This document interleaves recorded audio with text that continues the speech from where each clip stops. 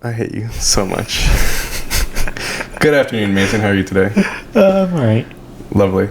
Go ahead and just start off by saying your name, your nickname, your legal name, any type of name that you want to go by. Full name is Mason Michael Jupiter Caragao, but I normally just introduce myself as Mason like the jar. You're so funny. For sure. So thank you for just joining me today and just kind of help share your stories. I like how you're matching with your shoes. Always, dude.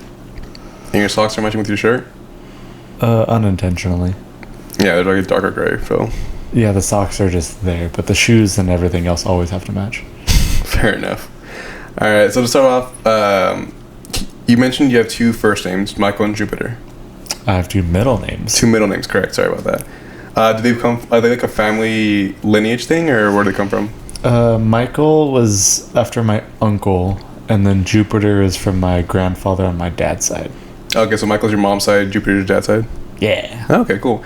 Was your grandpa's name Jupiter? Yep. Okay. Jupiter Caragao. Where do they come up with that name? Couldn't tell you. Yeah, I know it's the name of like a god, right? Sure. Okay, well. I know it's a planet.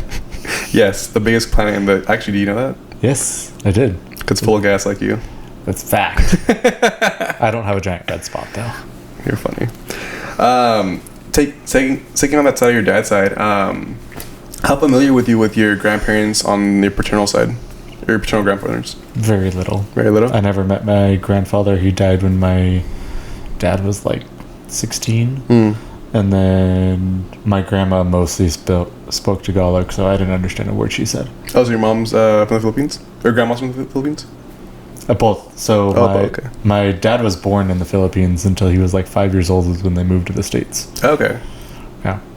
So your grandparents were born in the Philippines. You know which part? Nope. Have you ever asked? Yep.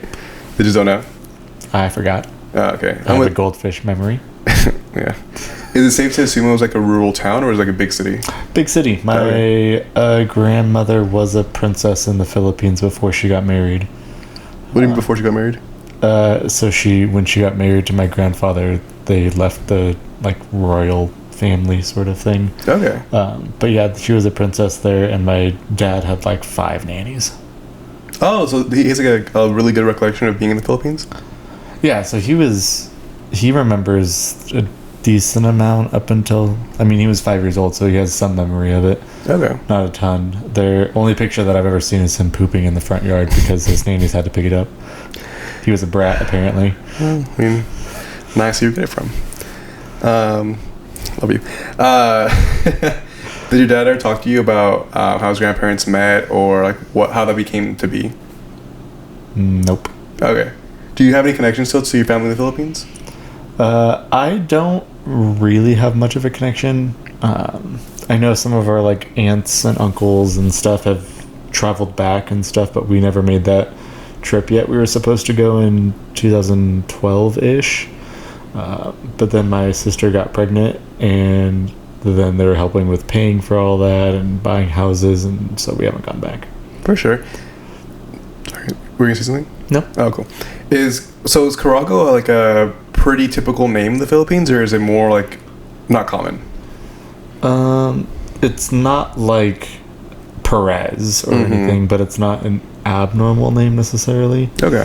Yeah, it's not something that you would come across a ton, but it's not like you're thinking this absurd name. Yeah, because I know like a lot of last names in the Philippines are Spanish origin because of they're colonized by the Spanish. Yep. So do you know if Caragao is like a Spanish last name?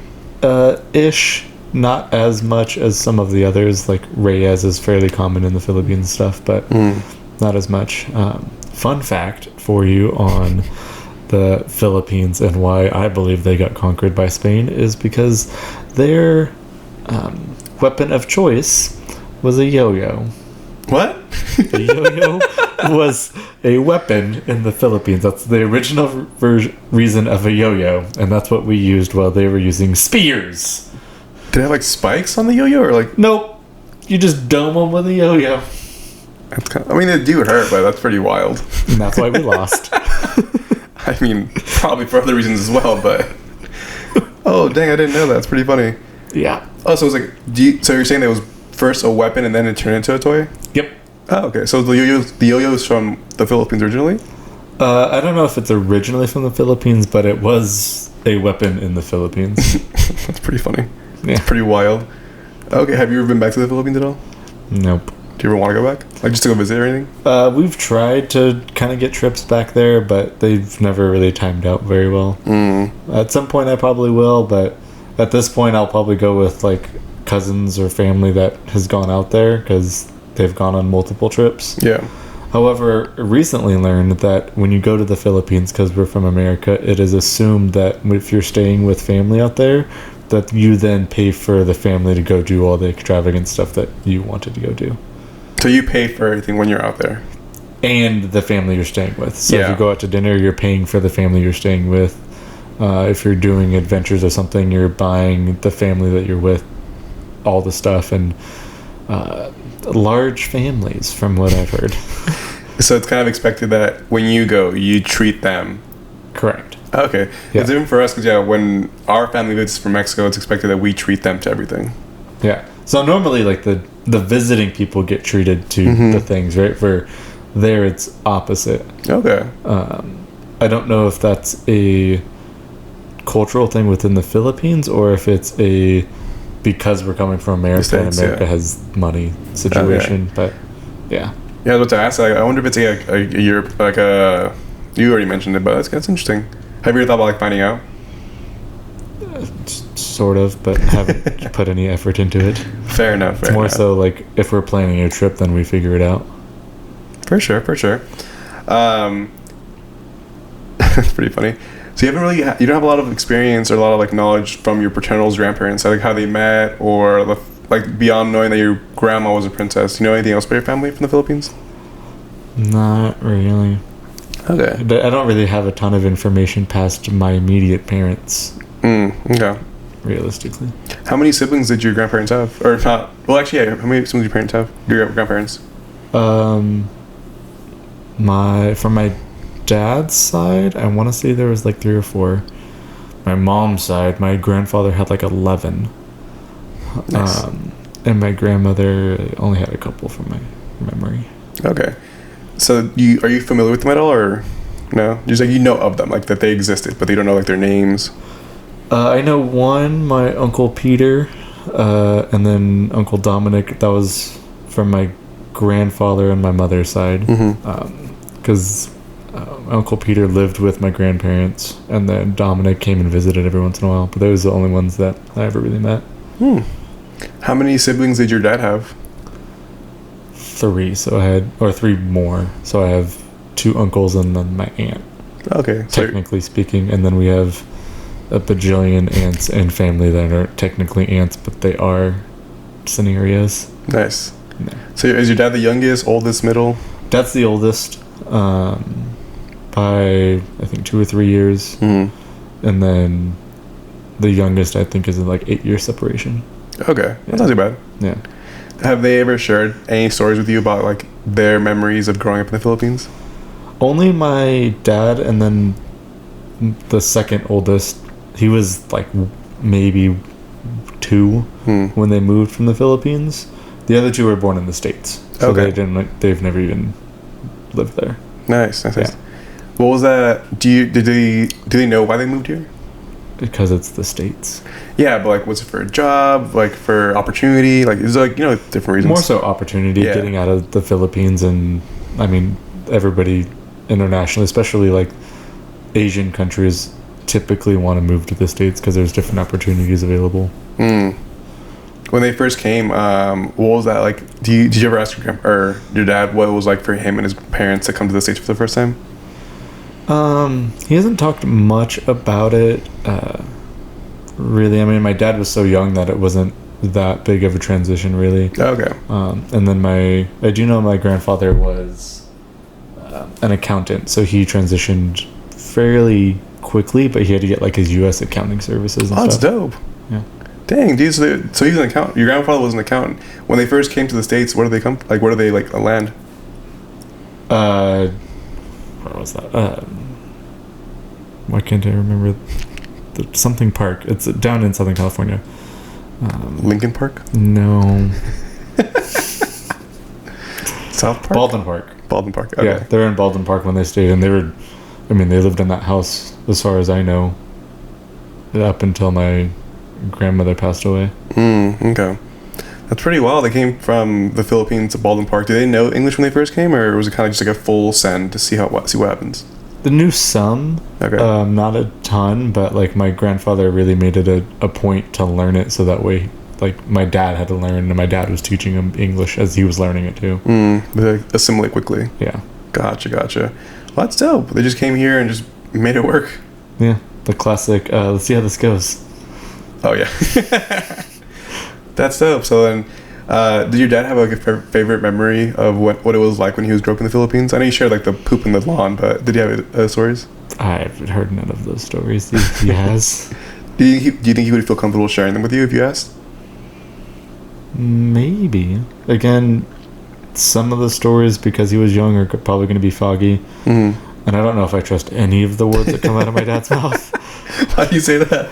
You think my memory is a goldfish? That man's memory is like a goldfish that took a bunch of drugs.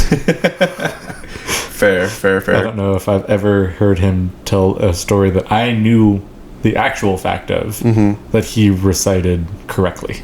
Fair. I mean, whenever I talk to your dad, his memory is like always very keen. Well, he says everything with confidence. Yeah. And if you don't know the story, it sounds like it's right. Fair enough. That's pretty funny. Okay. So your dad has 3 brothers, 1 sister, and they grew up in Baldwin Park. Yes. Okay.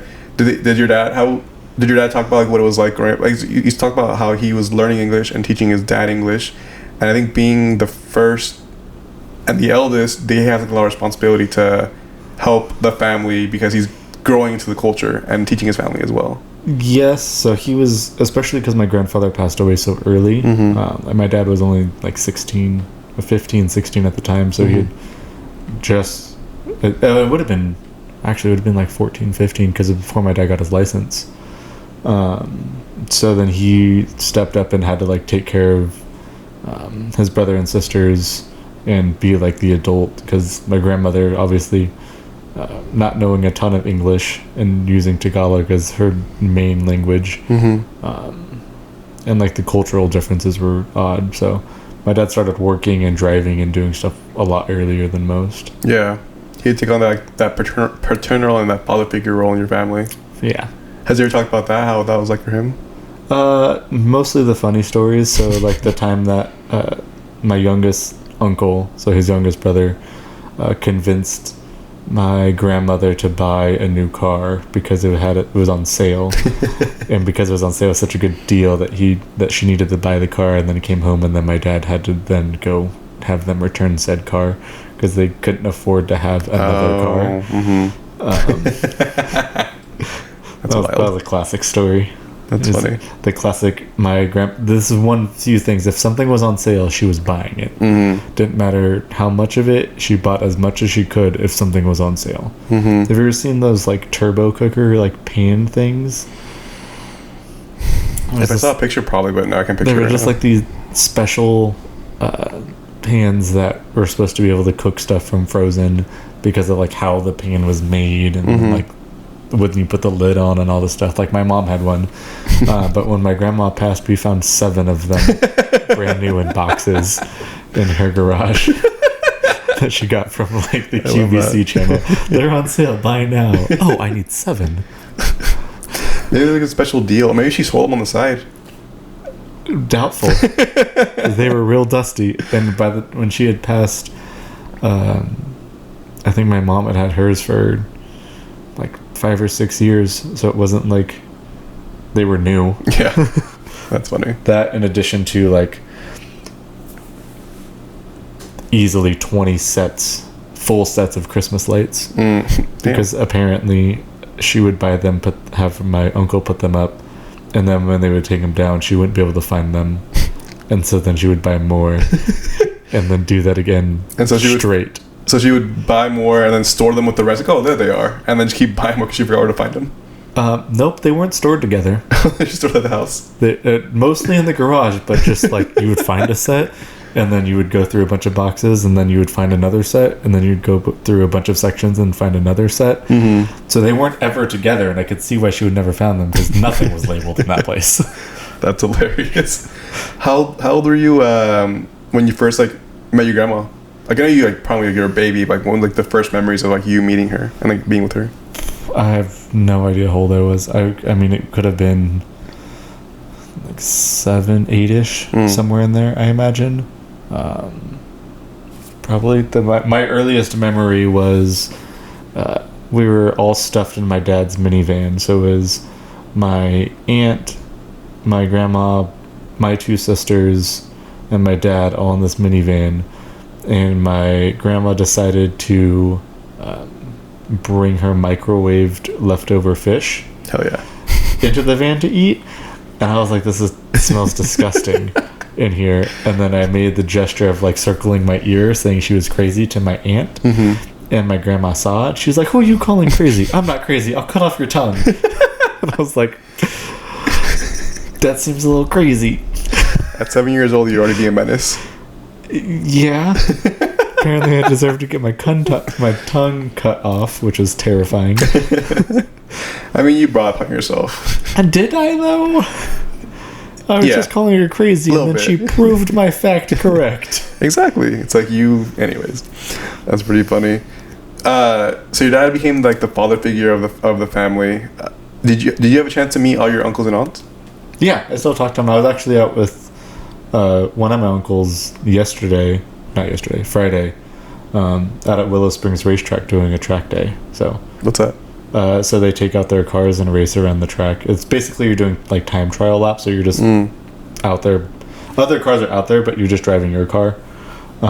So my uncle brought out 2 or 3 Ferraris, a couple Corvette and Audi and stuff to go out there and drive. Nice. Yeah, whole other story that was terrifying and awesome all at the same time. Story of your life. Yeah, I mean, going 175 miles an hour to 40 miles an hour in a single corner was terrifying the first time. Were you driving or were you like the passenger? I was passenger princess. Okay. Nice. Yeah. No, I thought about trying to drive, but they were out with like the advanced group, and so you had to have like a special wristband to get out there, which I did not have. Which was smart because, I mean, collectively the cars that were out there was probably like $15 million worth of car. It's terrifying. That's terrifying. Not like crashing or anything. Yeah, like they had the Ferrari GT3 like actual race car was out there, and that's like a $3 million car in and of itself. Nice. Yeah. One day. Yeah, probably not. Yeah, you gotta aim high and you'll reach it. Fair. There you go. So this uncle sounds like he's doing pretty well. What did you do growing up? Do you know, like for work or school? Nobody ever knows what he did. anybody we talk about, it's always just like, oh, he just talked to people and traded stuff in, and he just wanted to be faster. So I mean, the old story goes like he got a skateboard and then traded the skateboard for a scooter, and then traded the scooter for a bike, and then the bike for a motorcycle, and then he traded the motorcycle for a car, and then upgraded the car, and then met people in the car industry and traded the car for a better car. And then he owned a rim shop, a tire shop at one point, did a whole bunch of other stuff. Now the best description I can say is that he runs an exotic car leasing company. Oh, okay. So people essentially pay him like lease amounts or like a membership subscription, and they get access to his fleet of cars that they get to drive as their main vehicles, and then he does all the maintenance and stuff on them. Oh, that's dope. And then he owns a rim and tire shop as well now. Is that where you first got like your first like love for cars? I don't know. I think that really came on like the PlayStation 2 with like the Gran Turismo like racing games. Is where I enjoyed it, and then the Fast and Furious movies were always interesting. Okay. So I mean that timing kind of got me into cars, but then because my uncle didn't have a whole lot of cool stuff until I was closer in high school age, and I was like into cars, but not really at the time. I really got into like racing and stuff in the last like 5-6 years. Yeah, because you have that simulator, right? Yeah. Okay, that's pretty sick. What about your other uncle and aunt? Middle uncle, what does he do? I think he like is higher up at a service department with a Mercedes dealership. Okay. Now, at one point in time, he worked at the tire shop that my uncle worked at. I don't know what any of that side of the family does ever. And then my aunt is a NICU nurse. Oh, Nick. Wait, what's sorry? NICU nurse? What's a NICU nurse? It's like the ICU for newborns. Oh, gotcha. Yeah. Oh, it's like newborn ICU. Okay, makes sense. Nice.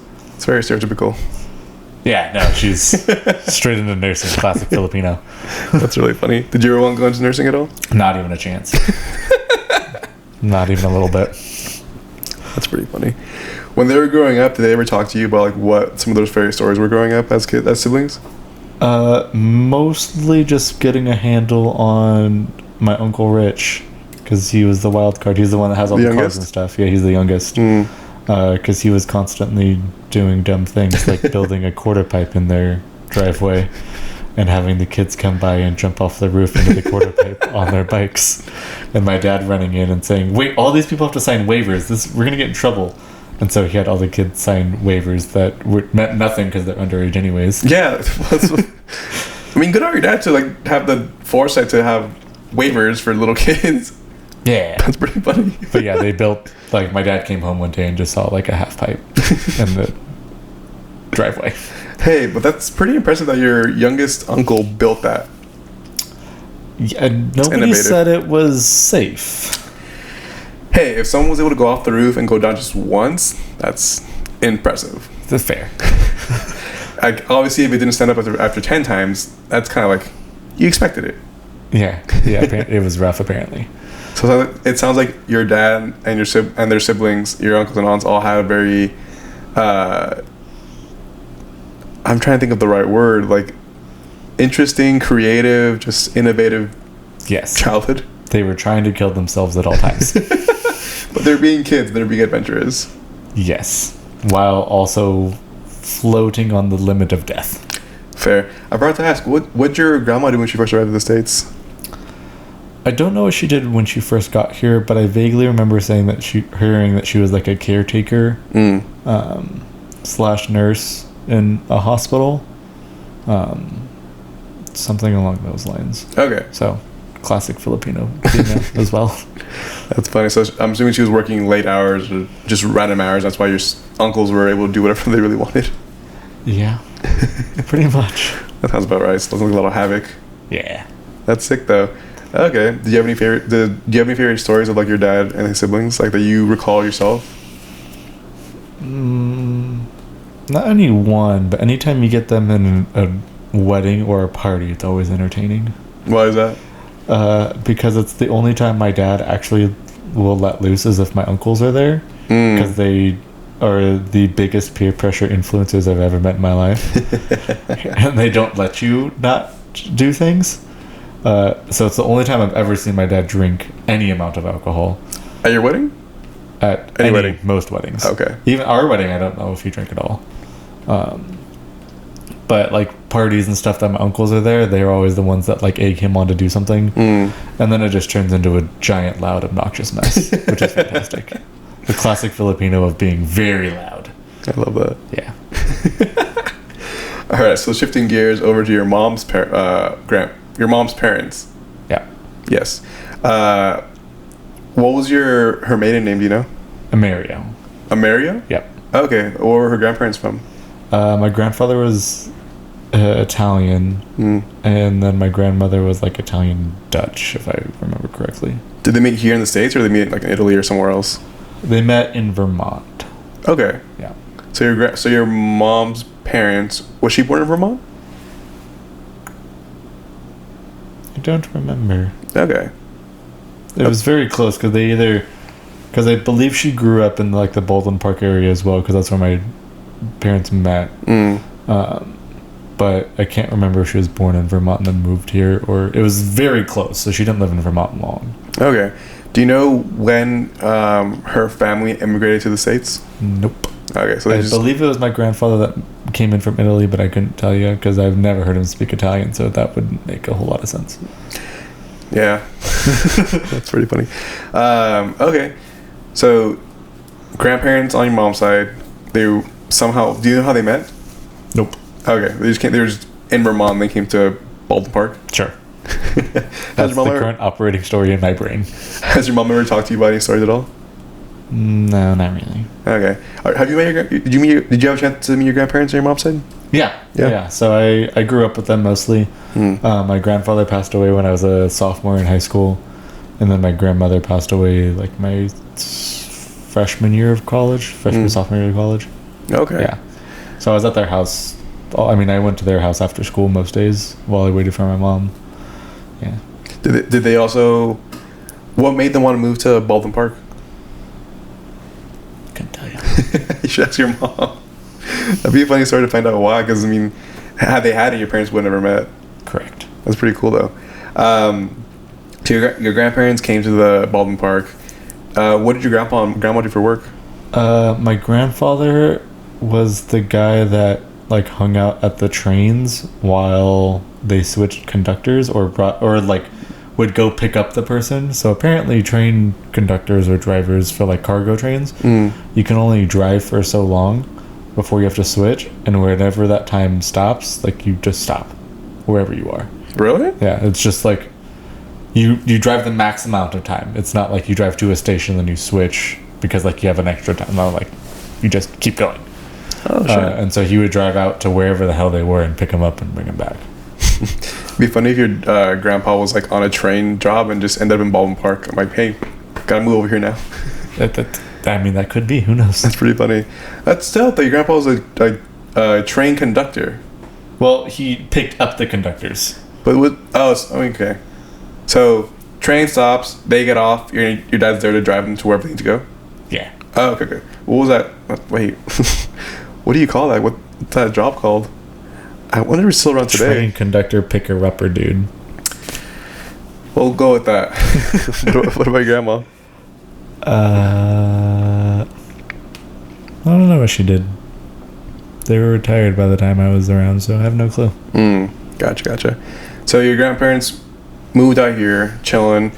And then, was your mom the oldest, or was she like somewhere in the middle, or was she the only child? She was the second. Okay. Yes, second. Out of how many? 3. Okay. So pretty like tight-knit family then. Yes. Okay. Did you have a chance to interact a lot with your aunts and uncles? I lied. It was 4. She was the second of 4. I forgot one. Goldfish memory. It's okay. We'll bring them up. Yeah. I grew up. They would always come over for like Thanksgiving and Christmas for the most part. Almost. One of my uncles lived in Bakersfield with us. He actually worked with my stepdad for a bit of time, and then my other 2 uncles lived down here most of the time, but they would come up for different events. So. Okay. So it's not like you hung out a lot with your maternal side of the family a lot more. On like the day-to-day stuff, yes. And then like we always did what we called Filipino Christmas on the 23rd, which is the anniversary of my grandfather passing.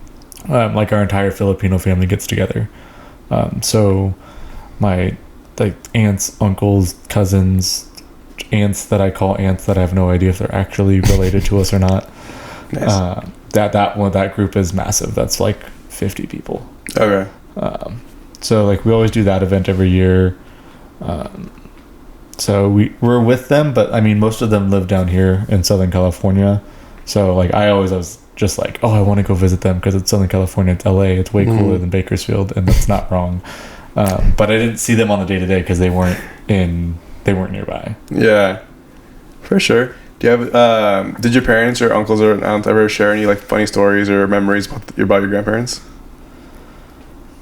But for them, like growing up and what it was like for them?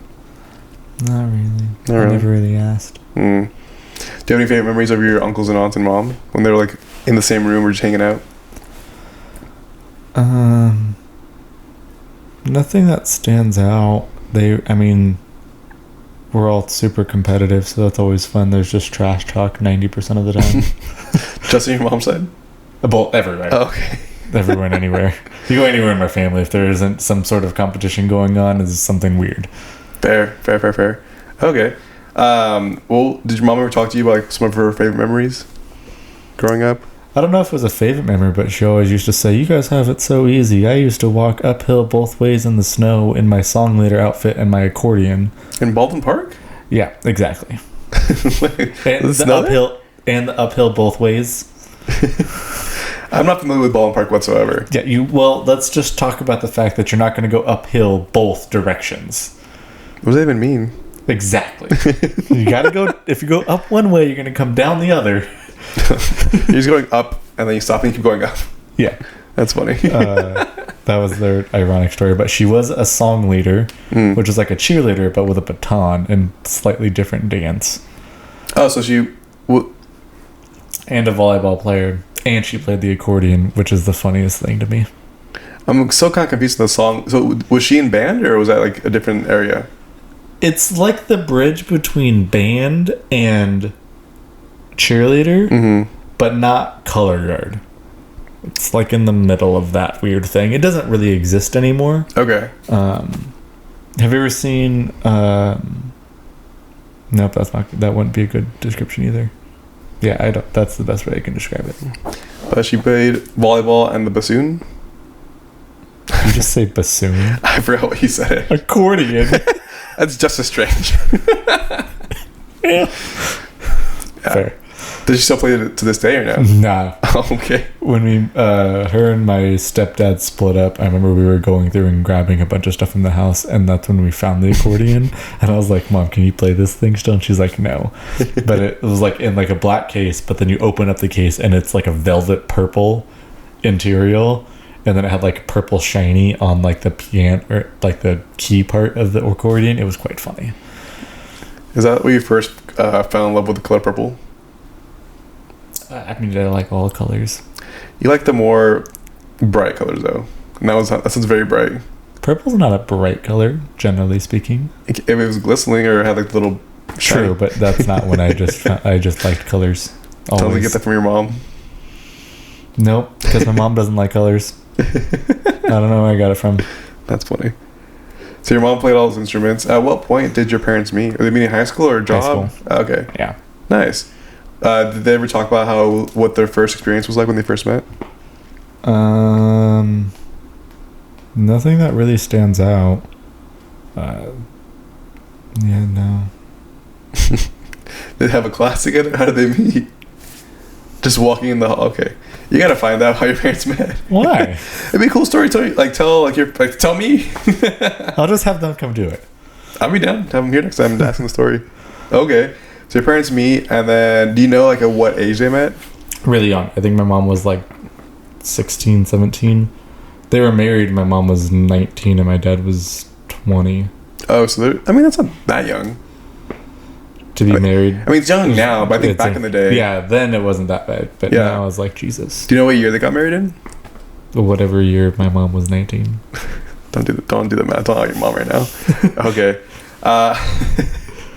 That's funny. So they got married in 1920. 1920? At 1920. Like, you know, like... Year 1920. Maybe 120 years old right now. You'd be ancient. Wild. That's funny.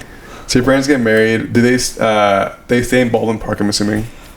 Initially, yes. Okay. And then I think they moved to Rancho Cucamonga or Fontana. I think it's Fontana. That's a big move.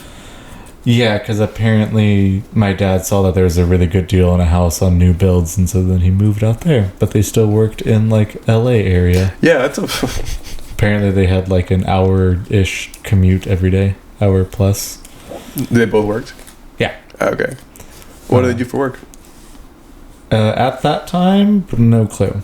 My dad now, as far as I can remember, he's always worked in like marketing and the medical and health industry to an extent.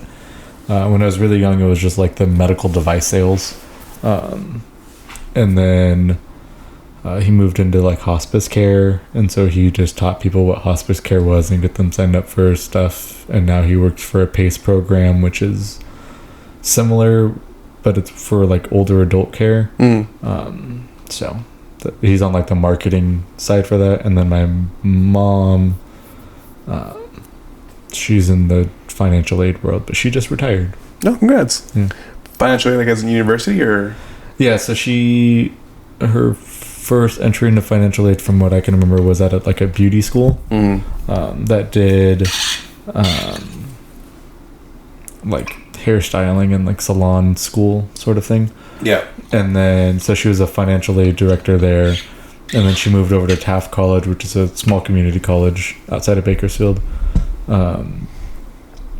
in the financial aid department. And then when their director left, she took over as the director of financial aid for X amount of years until she retired. Dang, that's dope. I didn't know that. Yeah. So when she, okay, this is backtrack. That was a big jump.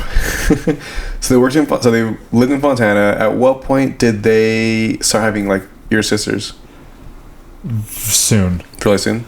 I think my mom was 20 when she had my oldest sister Megan. Oh, so like by the first year they were like married. They were already trying. Okay. Yeah. I don't know if they were trying, but they had one. Just happened. That's really funny. The only planned one was my my middle sister Maureen, because she was just over a year after Megan, and then I was an 8-year gap after that, and there's no chance someone waits that long and decides I want a third. You never know. At my wedding, I was confirmed the accident. I thought you were going to say you were conceived at your wedding. I was like, that doesn't make sense. At my wedding, my mom said, even though you were the accident, we love you anyways. This was fact. That's true. I was there when that happened. I forgot all about that. Heck yeah. Dang, so they got started with their family pretty quickly. Yeah, it's crazy talk. So your mom had 3 kids before the age of 30? Yes. Okay. Dang. So your sister was born, and then your other sister was born. And were they still living in Fontana at this time? Yeah, or around that area somewhere. We moved to Bakersfield when I was like a couple months old. Mm-hmm. Did your parents ever say why they moved up to Bakersfield? Job. My dad moved for work. Were your parents still together at this point? They were still together, and then just shortly after that, they divorced. Oh, okay, gotcha. Because I was like maybe 1 or 2-ish when they divorced, and then like 3, 4-ish when my stepdad and my mom got married.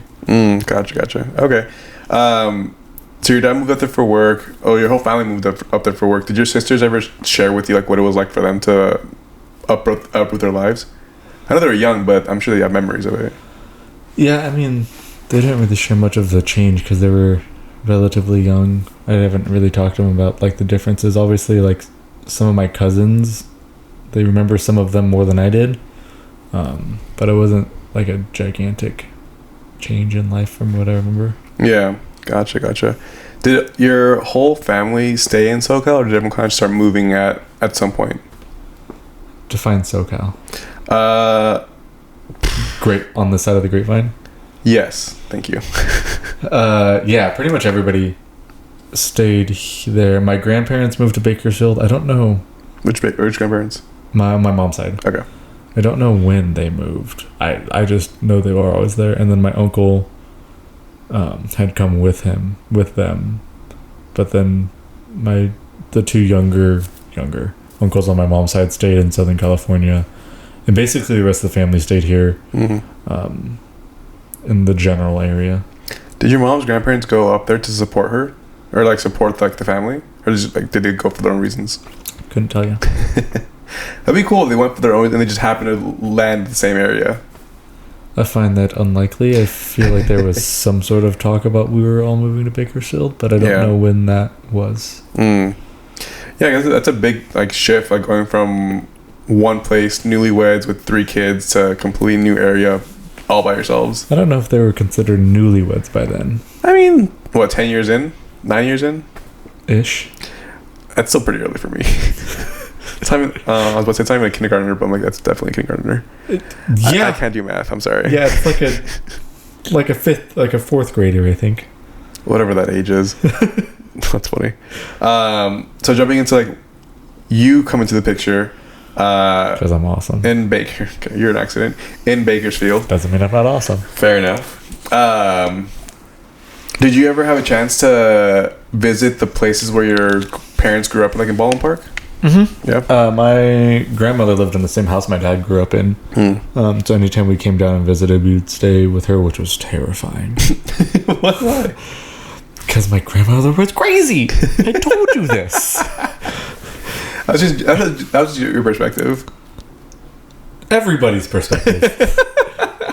Fair. She also, this very Filipino, everything was covered in plastic.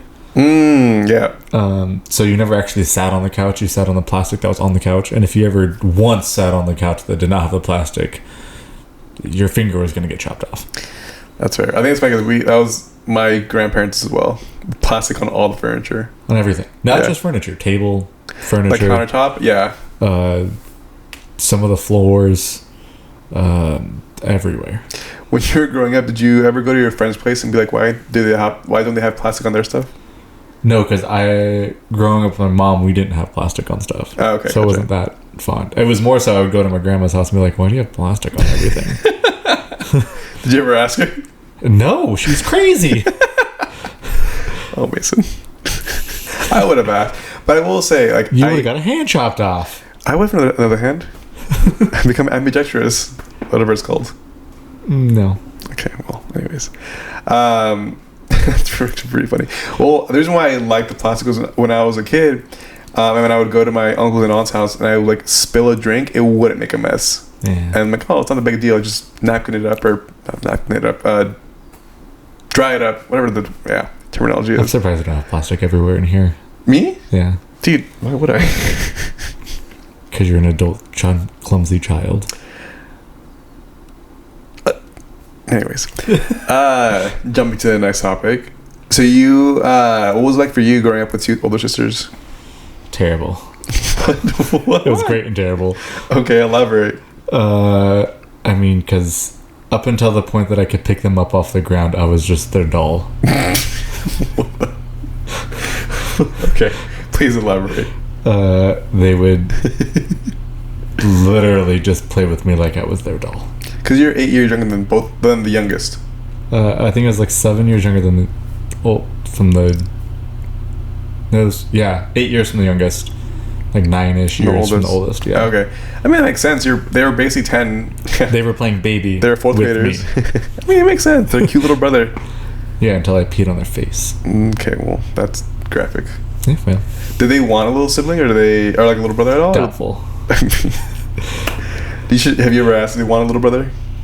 No, I have not.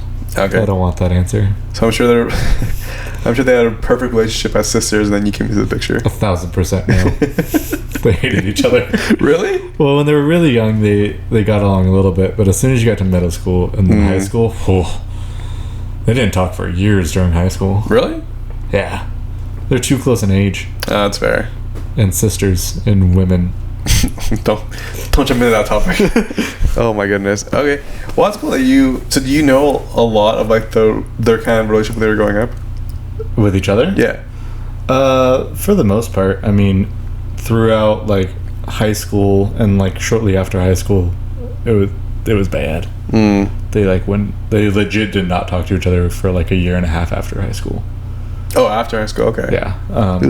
During high school, obviously, they had to a little bit because they were in school at the same time, and they both did color guard and all this stuff. But my oldest sister was like the popular one, and my middle sister was like the smart one. And so they would butt heads on a lot of things. That makes sense. I mean, that sounds pretty normal. Yeah. It wasn't abnormal. It was just that. Yeah.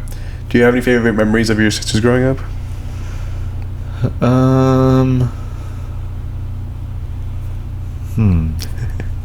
That you want to share? I don't know if I have any favorite memories other than the fact that my oldest sister got a job when I was still relatively young, so then she would buy me stuff, and that was great. Nice. So she kind of spoiled you a little bit? All the time. Okay. Still. Well, not so much anymore because she has 2 kids and they take all the money, but up until the kids. You sound pretty jealous. No. Freaking Mason. Did you have any favorite memories of from your parents specifically? Just like them two together? I never really knew them together. Oh, really? That's right. That makes sense. Because I was super young when they divorced, so I didn't really see that much. However, they were still like really good friends. That's good. After the divorce, they just didn't work as a marriage. And then, so my dad was around a ton. After my mom and my stepdad split, my dad was around a little bit more. But nothing crazy. My dad was always there for like my basketball stuff. That's cool though, that they were still able to have like a really good relationship. Yeah. Yeah. Because you don't hear that a lot from folks that, yeah. No. That's funny. Do you have a favorite memory of your mom specifically? I mean, I just remember all of the basketball trips that we would take. Like we throughout from 8th grade through the summer after high school, I played basketball year round. So like all of our trips were like all summer, essentially. Every weekend, if not every other, we would always be going to a different tournament. Gotcha. So the time that like she took to make sure that I could always do those things. So your mom was very supportive with your basketball endeavors, but so was your dad? Yeah, so my dad somehow made his way to be an assistant coach on just about every team I've ever been on. Heck yeah. Which is a great, terrible thing. Because in practices were nightmares. Mostly because he expected significantly more out of me. So like just on the effort level side of things. Yeah. So it's like that story of like the coaches are always harder on their children because they don't want to show like favoritism or anything like that. Yeah. And then my dad also being an insane endurance athlete, he would run with us anytime we had like punishment runs or like we were doing conditioning work, and if the entire team did not beat him, we had to do it again. Well, you say like high endurance, like what does that mean? That he can run forever. Okay. And fast. Especially during that time, he was still pretty quick. And way more endurance than anybody on the team. And so I always told my team, I was just like, hey guys, like if we want to get out of this hell of running right now, we have to beat him in the first 2 rounds of whatever this is, because if we don't, we're screwed. We're running the rest of practice. Because the first 2 rounds he's like warming up and like getting moving, and then we start getting tired and he does not. Makes sense.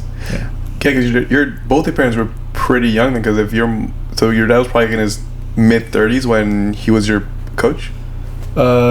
Closer to 40, because remember I was 9 years later, right? So he was in his 40s, but I mean he's in his 60s now and still can run circles around people, so that's good. Yeah. Staying fit.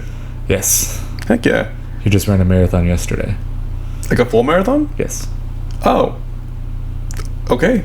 Yeah. Wait, what? I thought he only cycled. I didn't know he ran. Yeah, he doesn't run as much. He mainly does cycling, but he tosses in like 2 or 3 marathons a year. Does he train for them, or he just does them? He trains like the month leading up to it. Oh, okay. So okay, cool. I thought he just like woke up one morning like, you know what, I'm running a marathon today, and just did it. No, not quite that much. Not anymore. At one point in time, he did do that. Like 10 years ago, he would be like, oh yeah, I'm working on this marathon, but like I don't need a ton of training. I'll just run like a couple weeks before and do a couple like longer runs and I'll be fine. But now he trains like, and granted he's always training on cycling, so like his endurance for that's still there.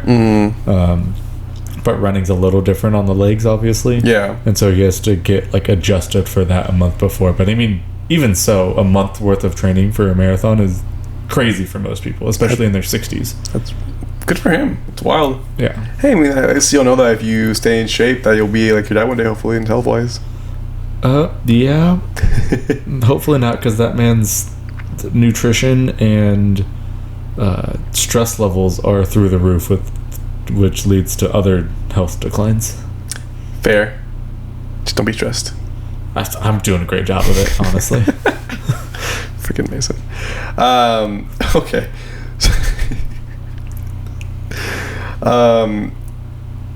Do you have any favorite memories specifically of your eldest sister? My oldest sister. I mean, I just always remember because she was the color guard coach of my high school when I was growing up, so we would always drive to school together before I got my license. And the terrifying moments of me learning how to drive with the steering wheel in the passenger seat when she was putting her makeup on. Wait, what? Yeah, she would pull down like the mirror. Yeah. And like be finishing getting ready when we get on the freeway, and so then she'd be like, "Okay, I'm setting the cruise control. Mason, take the wheel." All right. And so I do like one of these driving. And I was like, "Hey, there's a car coming up," and then so she would look. She's like, "Okay, I'm slowing down." Hey, it's teamwork. You made it. Yeah. That was most mornings, and then so I went to school with her every day for my first 2 years of high school. So since she was the color guard coach, was she also a teacher? No. Okay. She was an assistant coach, so she only taught like 0 period for like their band period as the assistant coach, and then she would go to her other job at the time that I didn't know what it was. Oh, okay, I didn't know that. So, yeah, because I didn't know that if you were... I know if you're a coach, you didn't have to teach, but if she was going to school with you every day, she was teaching a class. Like it was guard. 0 period. Yeah. Which was like their color guard band class. Oh, okay, so that makes more sense. Yeah. So then she would go in the morning, and then she kind of just hang out for the day and plan, and then she'd be a coach in the evening or afternoon? So all of their color guard stuff was in 0 period. Mm-hmm. So they didn't have like... It's not like normal sports or like basketball and stuff was after. Band was before school started. Oh, so she'd be off after that? Yeah, so she would coach 0 period and then leave. Oh, okay, cool. What's up? Yeah. Heck yeah. What was it like going to school with your older sister? The first like month was a little interesting because I was Megan's brother everywhere. Cause Still like, are? Well, no. Yes, but no. But it was like, oh yeah, you're Megan's brother, because I only knew all the band kids because I was there all the time. And then I got involved with ASB my freshman year. And then a month after that, she turned into Mason's sister. She was not a fan of that. That's funny. Because she was at that point like 4 years removed from like graduating, but she still knew like some people, and she still knew like all the band people because she was on the coaching staff and stuff. So like the band made up, it wasn't like the whole school, but the band made up a good chunk of people. But when she was starting to walk on campus and being referred to as Mason's sister, she was not happy that I had already taken over. That's pretty funny. Yeah. I actually forgot to ask this question to you earlier. So your eldest sister is Megan. Yes. Middle sister's Maureen. Correct. And you're Mason. Yes. Did your parents ever tell you why your names started with M's? A fun fact. So yes, my dad's side, it's Roel, Raul, Richel, Raquel. Okay. And I don't know all their middle names, but I know it's I believe they all start with a D, so they're all RDC. And then my sisters and I, Megan, Maureen, Mason, and then my younger brother Morgan, younger half brother Morgan. We ignore Ethan for this current situation. I'll explain that in a second. Are all of our names start with M, end with N, and all our initials are MMC. MMC? Yeah. Okay. With the exception of my J. Yeah, that's good. With the exception of my J getting thrown into the mix, we're all MMCs. And start with M, end with N, which makes it really fun for when my mom would yell and none of us would show up. And then all of a sudden she'd yell again and all of us would show up because we didn't know what name she said. And then my mom growing up used to call me Fred. Fred? Yes, because it was just different than the other one. So if she said Fred, it wasn't like I was in trouble, but she was just trying to get my attention. So if I heard Fred, I would just come. It's kind of left field. Like, how did you get Fred? Because it was just not an MN. That's right. That's pretty funny. Fred. Yeah. I'm clear off now on. I don't know. I don't respond to it much anymore. Actually, I guess I might. Yeah. Only when my mom calls me do I even acknowledge it. Fair. We'll see. I'll try one day out of nowhere to see if you like freeze up and look. That'd be really funny. But I think it's like the inflection of how she says it too, and like I don't think about it. I just respond. Yeah. That's pretty funny. When we play ping pong, I'll call you Fred, just throw you off. I go for it. It'll work. Okay. But yeah, why did they choose to name you all in like that? Because it's a thing. Oh, is it a cultural thing? Nope, but it's just my dad thing. Because his dad did it with the RC, so he felt like doing it, and here we are. Did your dad's siblings do it to their kids? Huh? Did your dad's siblings do that with their kids? No. Oh, just your dad. Yeah. Okay. Yeah. Just my dad. Nice. He's crazy too. I mean, that's good. You have to go somewhere. Yeah. I'm not that crazy. Okay. Going into your next Weird, sister. not crazy. Okay. Same difference. Same but different. Maureen, do you have any favorite memories of her? I don't know if this is a favorite memory, more of a terrifying memory of her chasing me around the house with a steak knife. What'd you do? I don't remember. I just remember running for my life. Oh, goodness. Yeah, have you ever talked to her about it recently, about why she did it? She doesn't remember either. She just remembers she was mad at me for telling on us to my mom, because then we had to go to my grandma's house after school instead of being home with just us. I'm like, yeah, because you tried to kill me. That's valid. I wonder what you did. God knows. It was probably something stupid. Yeah, but like, that's surprising. Pretty serious. I mean, well, she's also like 7 years older than you, so like what you were... like I was in like late elementary school-ish age, and she was in high school. She was also going through a whole lot, so like anything was setting her off. Just letting it out on somebody. Love it or death, but she was crazy in high school. Oh, hi, Mason. So we were all a little crazy.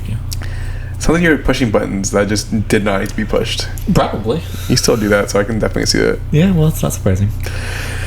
Oh, sir. We need to stop that. It's a bad habit. That's so much fun, though. Yeah, he almost got yourself killed. Well, but I didn't. You seem so proud of it, too. But did you die? Okay. So, jumping now into like more of a history of you. You grew up in Bakersfield for your entire childhood. Pretty much. Okay. Yep. What was it like for you growing up in Bakersfield? I mean, it was fine. It was hot all the time, or what's really hot? cold. What's hot? Like 105. Okay. I was just making sure because people are different. Like 100 plus. Like if it was 100 plus almost all summer. Okay. And like we didn't really have fall or spring.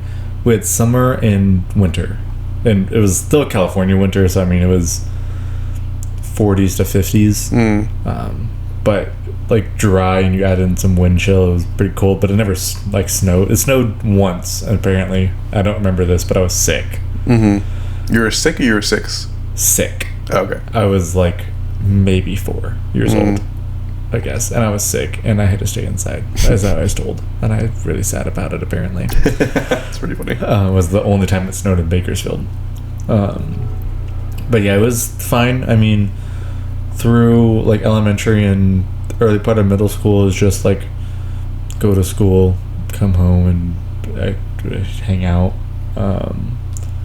And then middle school, I started playing basketball in 7th grade, and then basically the rest of my time in Bakersfield was basketball. So that was a big part of your life?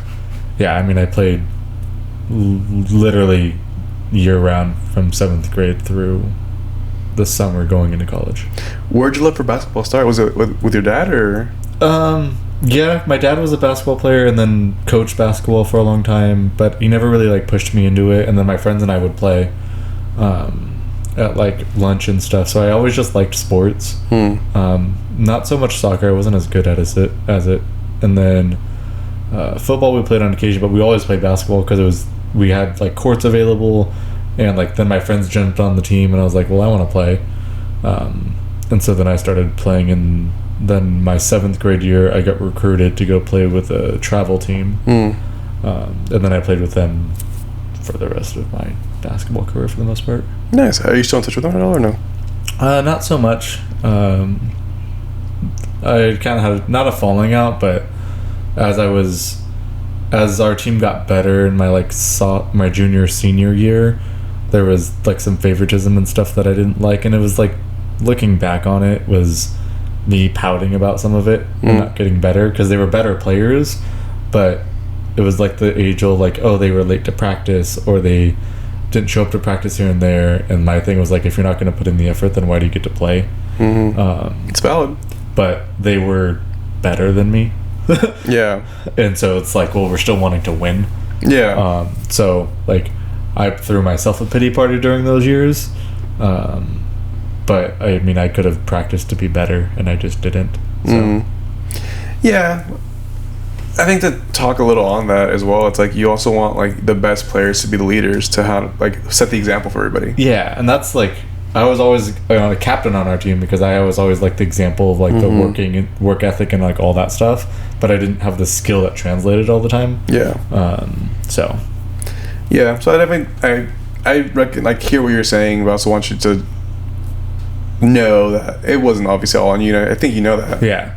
It wasn't all on me for sure, but it was just like at the time, had I practiced the skill side of things more, it wouldn't have even been a problem. Fair. Very fair. Did your team go very far, like in like winning percentages? Our club team was pretty good. We would win a couple tournaments a year. Not on like the large scale though. We went to like the big Vegas tournament three times. The first time we had no right to be there. We was an invitation only tournament, so we got invited to it, but like we really didn't belong there. Why is that? First play of the game, the other team had a tip. There was tip off, and they came down court, and their small forward dunked on three of us. Were you one of them? Yeah. Is there a photo of this? No. Oh, dang, I've been sick. Yeah, that was. And then I looked at coach and I was like, "What do you want me to do?" I'm 5'5".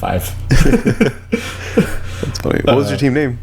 We were Ballers for Christ. It was What was that? Ballers for Christ. Oh, okay. So it was a church-based. Like our coach had roots in the Christian church,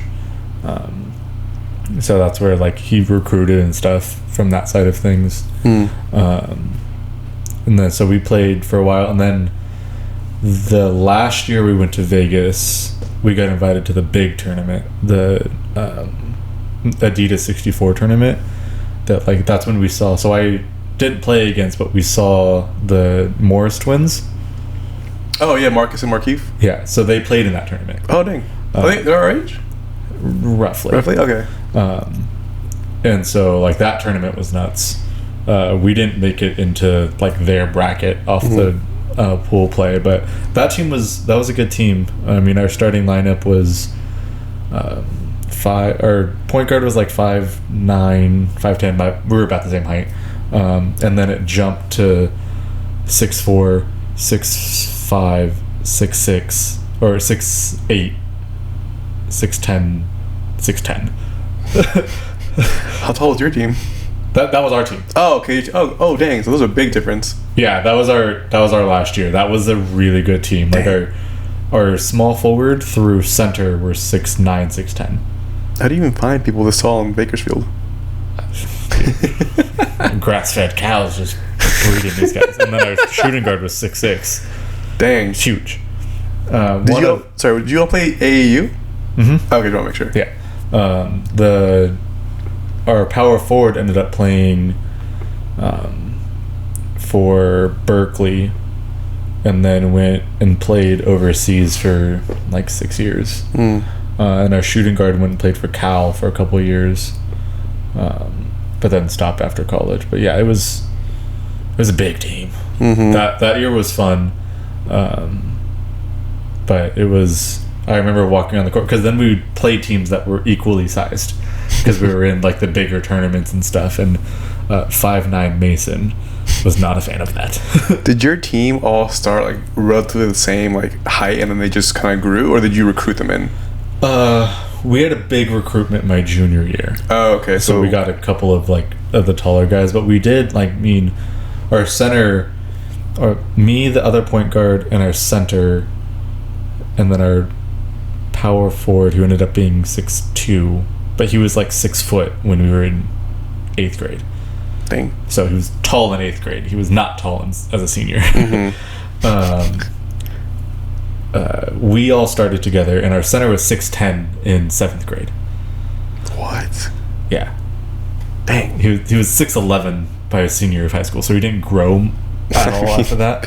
But he was 6'10". Yeah, in 7th grade, that's bananas. And like 7th grade through like our sophomore year, it was super helpful to have somebody 6'10" on the team.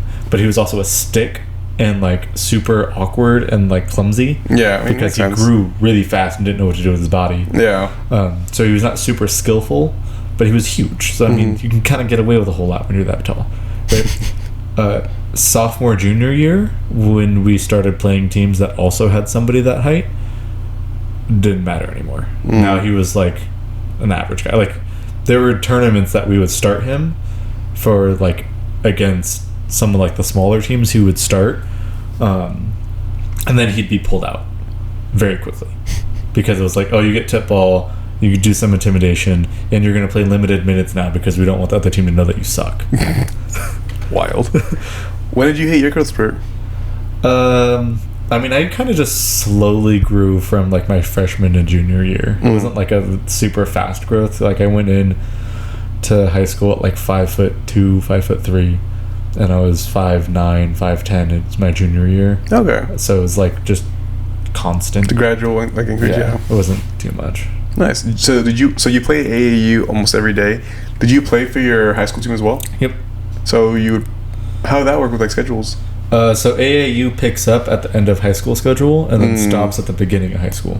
Oh, that's convenient. So I mean, that's how It's organized. most AAU. Well, I guess not so much anymore. Now some of the AAU teams play year round on some stuff, but yeah, generally speaking, they like your club team is going to play over summer, and then you finish right before school starts, and then school basketball starts like a month or two into the semester with like early conditioning stuff. So Heck yeah. How was it like going from playing in AAU to playing in high school? different. Yeah, in what capacities? I'm sure Our school team sucked. Oh, amazing. Okay. Yeah, that was rough because our school team was not nearly the same capacity, and then I would play against my friends that were on my club team. Oh, really? AAU, because we played at different high schools. Yeah. So we'd play against them, and we'd always have like a chip on our shoulder to beat each other, right? But I only had like 3 or 4 guys from my club team that I would play against because we were in like this, not the lowest, but like the second lowest division in our area.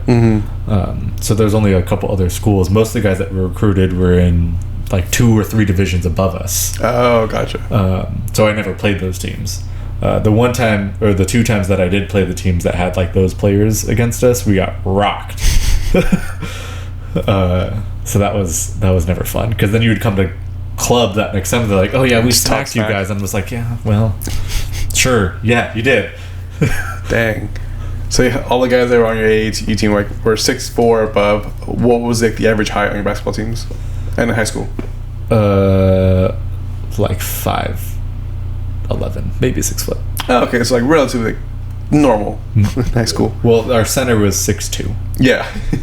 Versus 6'10" in AAU. Yeah, it was That's pretty funny. It was different. Our center also really liked to shoot threes, and he was not good at them. Well, were you point guard for both teams? Yeah. Oh, okay. Yeah. What made you want to be a point guard? Just because of height, or did you really enjoy height was like a big factor in that, obviously. But I also throughout high school, I was not a scorer by any standard. Like I definitely ran the offense, and I was our defensive guy, which is ironic now. If you play basketball with me, I play 0 defense. You're pretty garbage. Whoa. Defense is an effort thing, and I just don't put my effort on the defensive side as much. At least in pickup. Like if we're playing an actual game, I would. But yeah, and I was like, I always guarded their best guard, sometimes small forward depending on how big they were, and then ran the offense. But like I averaged maybe 2 points a game, if that. But I averaged closer to like 7-8 assists a game, and like 2 or 3. Like I averaged more steals than I did points. Okay. Oh, dang. That's pretty dope. It's cool on the steal side, real depressing on the point side. It's okay. I mean, just having more like multiple steals is pretty great. Yeah. Cool. So that was my role on most of my teams, was like, all right, this guy's their best guard, go make sure he doesn't kill us. Okay. Nice. And you played up until your senior year of high school. And then the summer of my high school was my last year with my AAU team going into college. And then I went to Taft College for associate's degree, and then when I went to Cal State in Long Beach, I then helped with the women's basketball team there, So I picked basketball back up again, on like the coaching and like development side. Gotcha. Yeah. Did you ever want to be a coach like your dad? Yeah, I still kind of toss it around. I just don't have. I haven't prioritized the time to do that. And so scheduling could be different. I haven't like done like the reach out on that side of things. Like it'd be cool if the opportunity like presented itself, but it would have to be at a high school level, at least like an assistant coach on a high school level. Yeah. Because I am not patient enough. Fair. You're so busy. Yeah, I mean that is very true. On that note, like I know you said that, so you were playing basketball year round, and you played basketball on your high school team, and you're also involved in ASB. Well, what was the involvement in ASB like? Like, what would you do? So I was president all 4 years. I was class president freshman through junior year, and then ASB president my senior year. Okay. So I mean, every and all events on campus, I had a hand in, generally speaking. And that was when I learned a lot about like having. I learned very early on how to direct people to get things done. Yeah. So I'm very much the big picture, like organization person, not so much the like grunt work person. Okay. I always find the people around me that can get the job done better than what I can do in that moment. So, but yeah, that was. I mean, throughout high school, I was either doing school, ASB, or basketball all day. Were you involved in anything else? The yearbook would say I was also on the chess team, the Paws and Claws group, the math club.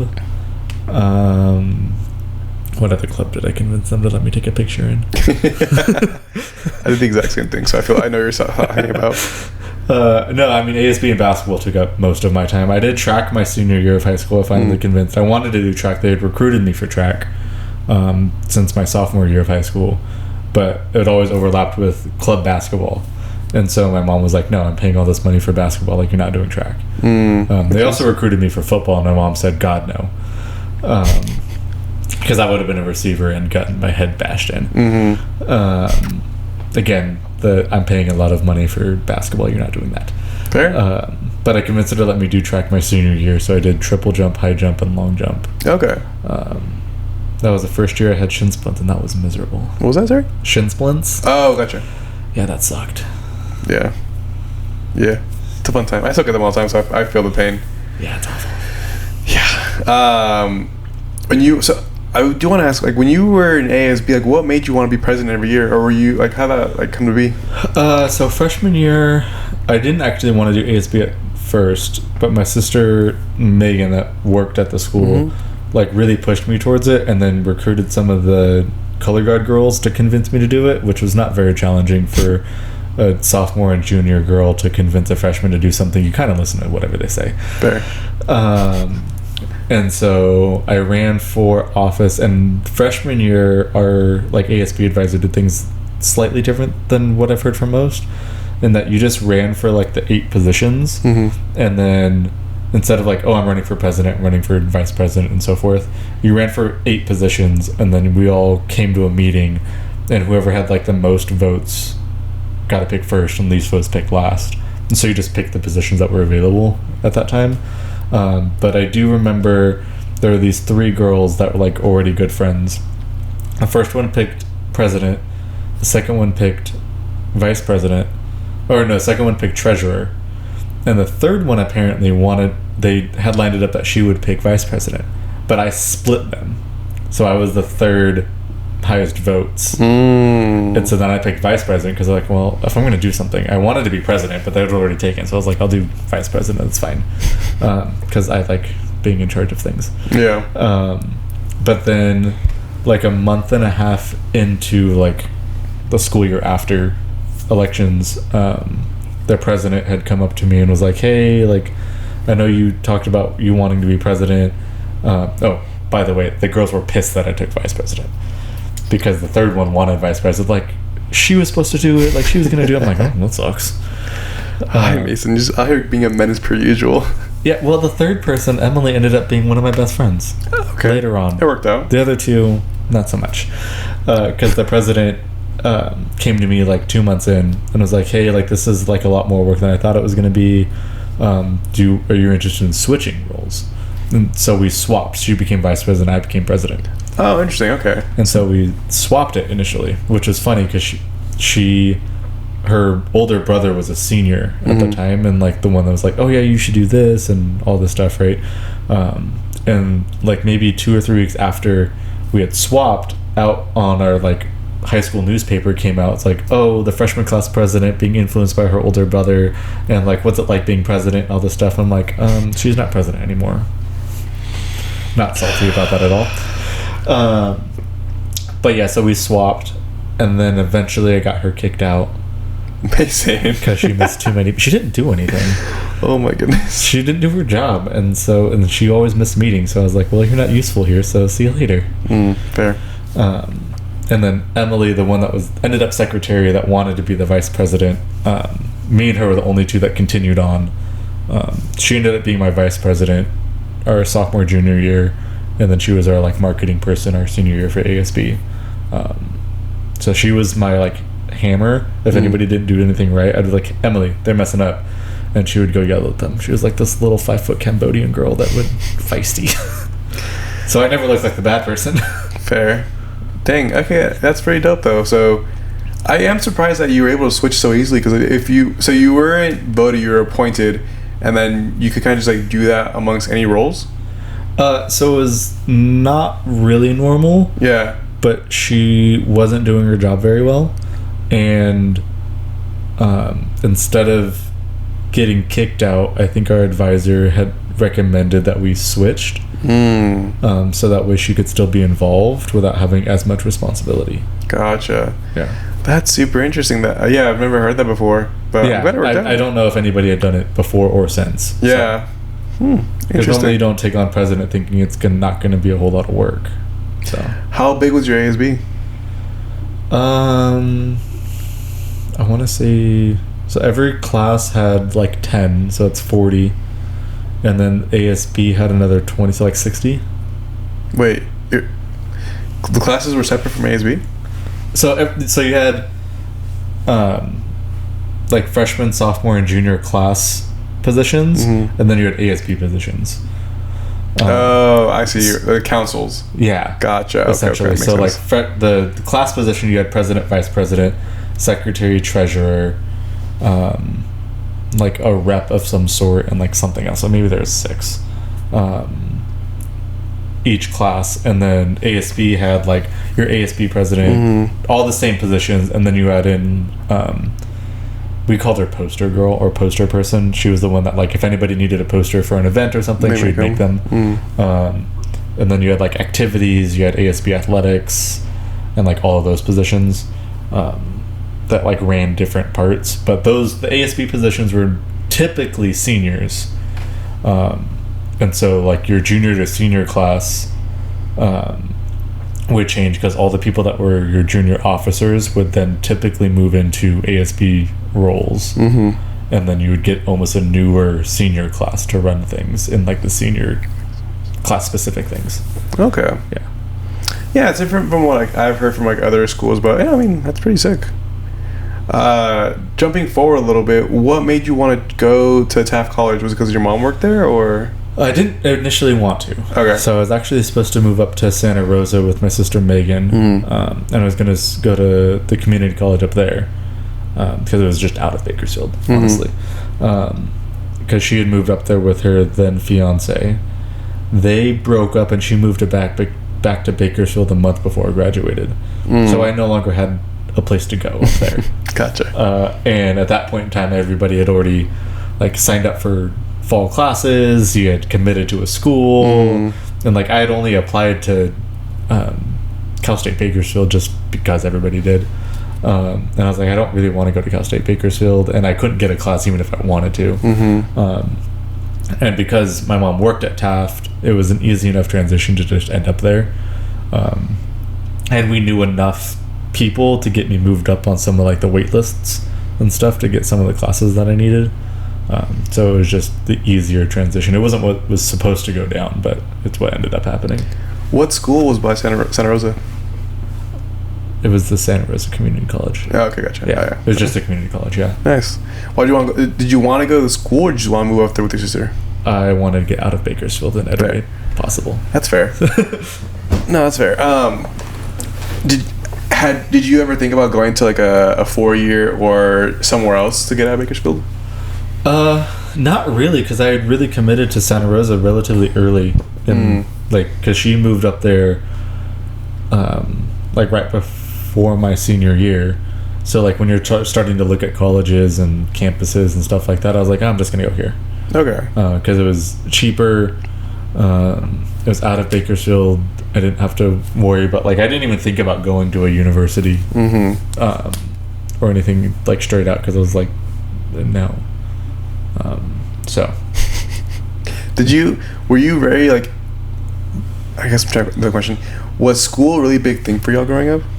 Like, were your parents like, was like you had to go to 4-year or go to work or anything like that? Not necessarily a 4-year, because like my mom worked at a community college, right? Yeah. So both my sisters went to both my sisters went to Taft and then went to Cal State Bakersfield. And so my mom was like a big advocate for community college because it was way cheaper. Yeah. And so that was always like the thing, because we weren't poor, but we weren't like super well off. And so, and we were in that stupid like bridge of financial aid where my parents made too much money for me to get much of anything. Yeah. But not enough to like pay for me to go to school. So that like annoying window always kind of prevented my thought process of going to a 4-year initially. Gotcha. But it was never like, oh, you have to go do this. It was always just like we always went, because education was always relatively big. Like my Megan, I believe she was like a middle of the road student in high school and like the early part of college. But she had more like life skills. And then Maureen was a 4.5 student. Okay. Yeah, so she was the nerd. And then I graduated high school with like a 3.7. So like I had the honors classes, but I didn't get A's and everything. So like I was always just kind of in the middle of those two. And it was just assumed I would go to college. But did you want to go? Yeah, it was because I didn't know what else from a work perspective. Initially I wanted to go into like chiropractic or physical therapy, and like you can't do that without schooling anyways. Yeah. And so like school is just always a thing. Gotcha.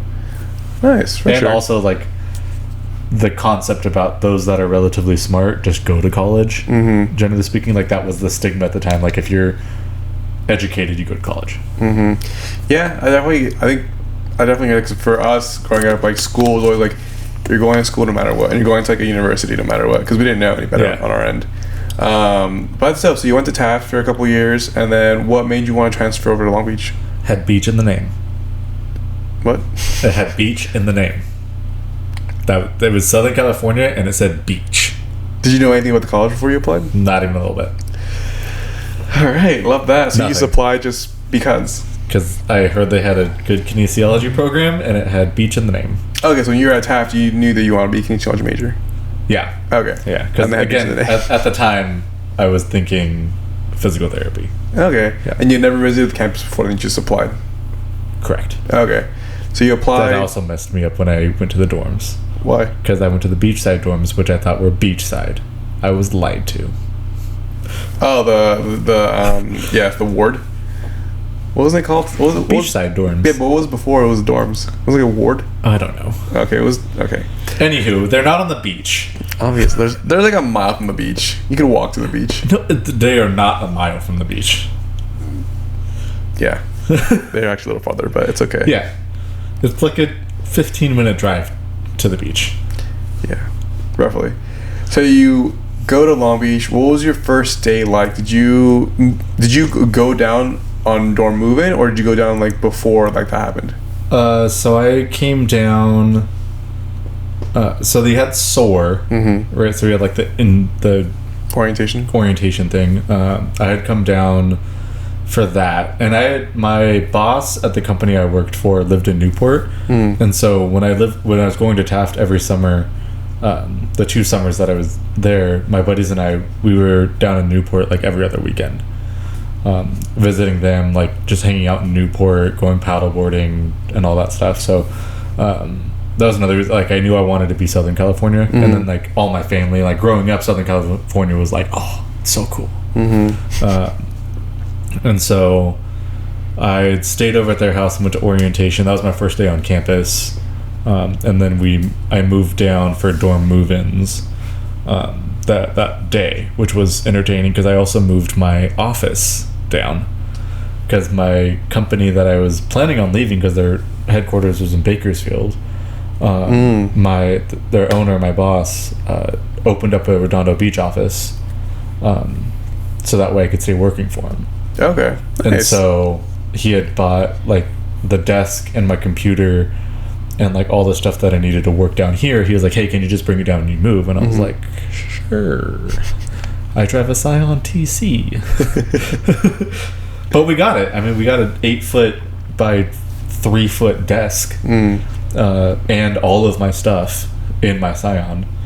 And I drove down. My mom and my sisters drove down to help me like unpack and like set up some of the stuff. But we didn't put anything in their car because I was like, I want to make sure that like whatever's here I can fit in my car. Yeah. And so, but then I moved the desk to the office once we got the office set up, so it was easy. Okay. So we moved to dorm move-in day, and I remember my roommates, because I was close to my boss down in Newport, so we moved in and I met with him. I was like, hey, do you guys want to go down to Newport to go hang out? Like I know some people down there, we can get some stuff. And granted, I was coming in as a junior, both of them were freshmen, and both of them were like, no, it's okay, we'll kind of stay here. And I was like, this is gonna be a long year. So it was fine. And then that night, apparently one of the guys got super homesick and like couldn't sleep, and Slayman, who you know now, he was my roommate in the dorms. He apparently was snoring and was keeping the other guy up because I got back relatively late and I didn't see him. I was like, oh, are you doing something? Like, let me go do something. And he was like, oh no, I just went to go eat earplugs. I was like, oh well, boring. That was the first night? That was the first night. Okay. Next day, I went on campus to try to like look at wherever any of my classes were, which I found some of them but not all of them. And then I go back to the dorms, come to find out that one of the roommates had already went and talked to the RA to cancel his like dorm, move in, and like drop out of the college, and his parents were already on a flight out to pick him up and move him back up to Northern California because he was too homesick. All in one day? Yeah. And we tried to convince him. We were just like, hey dude, like it's been one night, like let's like get the semester started, like you'll get through it. He's like, no, my parents are already on the flight out. And I was like, damn, what a bitch. Mason. That sucks. Like that's pretty wild that he only gave it one night. Yeah. And also, I guess I'm also kind of surprised that the parents didn't just like no, stick it out for like at least a week. Yeah, it was crazy to me, the whole thing, because I mean he left before they were even, because the dorm office wasn't even open yet. Did your rent change at all? Huh? Did your rent change? Not ours, no. Heck yeah. Good stuff. I'll get into that in a minute. And so he like couldn't, like the advisor, who was Wong, James Wong at the time. Oh really? Yeah. That's funny. He was like, I don't know what to do. He's like, the dorm office isn't open until tomorrow. So he's like, well, my parents are here, I'll just call the office and try to figure it out after the fact. And so I think they lost like a good chunk of the deposit and had to pay for like a couple months of the dorm stuff to like break the lease. So that was crazy. But then we were two of us in a triple. But then later on in the semester, we were asked, because somebody else was in like a small triple, asked if one of the guys could move in with us, and we said yes, and that was a mistake. He was crazy. He was just really annoying. Okay. So it wasn't crazy, just annoying. Yeah, mostly annoying. Okay. But that's what it is. But yeah, that was my... And then the first day of classes, because I had started working now too in Redondo Beach, Doing what again? So I worked for a promotional product company. Basically anything with a logo on it, I we made. remember that. Yeah. So in Bakersfield, I was in charge of like our warehousing and shipping, and then like an assistant to the 2 office managers. So if they needed whatever, I just got it done. So then I was brought over to Redondo. He had just hired 2 sales reps and like an office manager. So I was brought on to like teach them all of like the systems and the processing, and like assist them with like their orders, like communication with vendors. So basically a little bit of everything on the back end. So they dealt with customers, got orders, and then I handled everything from then on. And so we were setting up the office Sunday or Monday morning, and so we were setting everything up. I was grabbing stuff from my car, grabbing stuff from my boss's car, going back and forth. And so I was like, all right, I got to take off to go to school, right? And so I had a little bit of time, but I wanted to make sure I got there early with like traffic and stuff. So I got to campus like 2 hours early. And like an hour and a half before class, my boss texted me or called me and was like, hey, do you have my keys? And I was like, no. And I was like, yes. He's like, can you get them back to me? And I was like, yeah, how long are you gonna be there? Because I have class in like an hour. And he was like, oh, I was trying to leave like soon. And I was like, okay. So I had to drive back to Redondo Beach, give him his keys, and come back to Long Beach. But granted, this is 4:00. Yeah. In Ooh. LA. Dang. So I get back to campus like a half hour into class. And I don't know where this room is, because I knew where the kinesiology building was, but if you've ever been in the kinesiology building, you know that the numbers are stupid. It's a maze. And this class happened to be, it's still the hardest class to find on campus. Or the hardest class to find like in the building. And I could not find it. And so I was like sprinting around the building. like literally. And I was like, went to the directory 3 times. I'm like, where is this thing? Finally find it. Sit down, and the class is packed, like all the desks filled, and like 20-30 students sitting on the ground. And I was like, oh god. So I like slip in, sit on the ground, and he's like, okay, I'm gonna go ahead and take roll now before we take off. I'm like, yes. Dang, you got lucky and you could have been dropped. Yeah. And so he took roll right then, and I was already in the class, thankfully, and there was like a giant group of people on the wait list. Yeah. And so if you weren't in class that day, he dropped you and picked you up on the wait list, because he had like 30 people waiting on the wait list. Yeah. And I was like, of course. Thank God I made it. And that was my entrance to Long Beach. That was fun. Kind of sporadic and wild, just like you are. So it kind of makes sense. Yeah, it tracks. Freaking Mason. So you're at Long Beach now. You've been there one day. All this is gone. You lost a roommate. You were almost dropped from a class that you need to be in. A lot of things are going on. Yes. All right. At what point so when you got to Long Beach, did you know right away that you wanted to get involved, or did you just want to go there and graduate? I wanted to get involved in something because, like, obviously I was super involved with ASB in high school. Like, nothing went on that campus that I didn't know about in high school, or even had my hand in.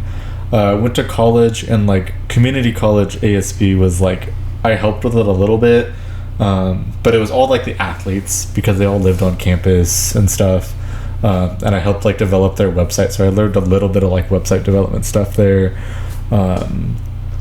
I got hired on for that team, but I was never really like connected to campus, and I was always just like, oh, I want to be connected to the campus for something, right? Yeah. And my sister Maureen was she was a Gamma Phi Beta, so she was involved in Greek life. So when I moved into the dorms, she actually went up to the RA, both my RAs, and I had my RA wasn't James at the time, and was like, oh, like, what's Greek life like? Like, do you guys do anything? What's that look like? And she's like, oh, I don't know anything about that, but my other counterpart on the other side of the building, he's in fraternity, I think, so talk to him. And so like she went and talked to him and was like, what's going on? And so he gave me some of the information. And then during and so that's what, like, I wanted to be involved in something, right? Okay. And so Greek life was relatively easy, because I was kind of forced into it to an extent. Ironically, I'm naturally more of a shy person. I don't like reaching out to people I don't know, and like introverted on that side of things. Yeah, and once you get to know you, you're a completely different person. Yes. And that's changed a lot throughout like college and my professional career, because in the fitness industry you have to be more extroverted to like survive. Yeah. And I wouldn't say I'm super extroverted on that side of things, but like I have to put that on to make it in the industry. And so like that takes a ton of energy out of me. But going back to the college side of things, so yeah, I wanted to be involved in something. I remember James came over and like knocked on my door and was like, hey, these are the events that we have going on. I recommend like if you can make it to any of them, just let me know which ones. And then recruited me to go to the alumni night for Sigma Chi, and like drove me to it. And I was like, I didn't have, like I had a dress shirt and dress pants, but I didn't have a tie, I didn't have dress shoes, I didn't have a belt. So like the day before I had to go like buy all that stuff from JCPenney because I'm like, I don't have anything with me. I left it on Bakersfield, and even the stuff I had at the time, none of it fit, right? Like it was all just gigantic. And so I went to that and loved the guys, got my bid there, and I was like, this just makes sense. Who was one of the first guys you met? So Wong was the first one that I kind of hung around and talked to for the most part at that event. I remember seeing Jake Kesnick, but not really talking to him much there. But that night I wasn't like super like memorable as far as who was there, because it was just overwhelming with information. Yeah. And then the next night they did like a billiards night at the USU. And I remember there I talked to C-Rod the entire night. And like we played pool, and I was respectable at pool. And so we played the entire time, and I hung out with him pretty much the entire time. Yeah. So those were the two that like really brought me in. And then from then on it was a whole lot of things. That's awesome. That's dope. And so you got involved. You knew you wanted to get involved, and your sister was already involved in something, and she kind of just like helped you find a community to get involved with. Yeah. Nice. And it was convenient that I found Sigma Chi, because I went to a Cap Sig event on the Tuesday, because so alumni night was Wednesday. I went to a Cap Sig dodgeball event on the Tuesday, and I was like, I didn't like it. Like it was like they started, it was like active versus potential dodgeball game, and I was like, cool, now we're getting murdered. And the Cap Sigs were freaking yoked. And then it was like, okay, now we're gonna mix them up, and I was just kind of off to the side.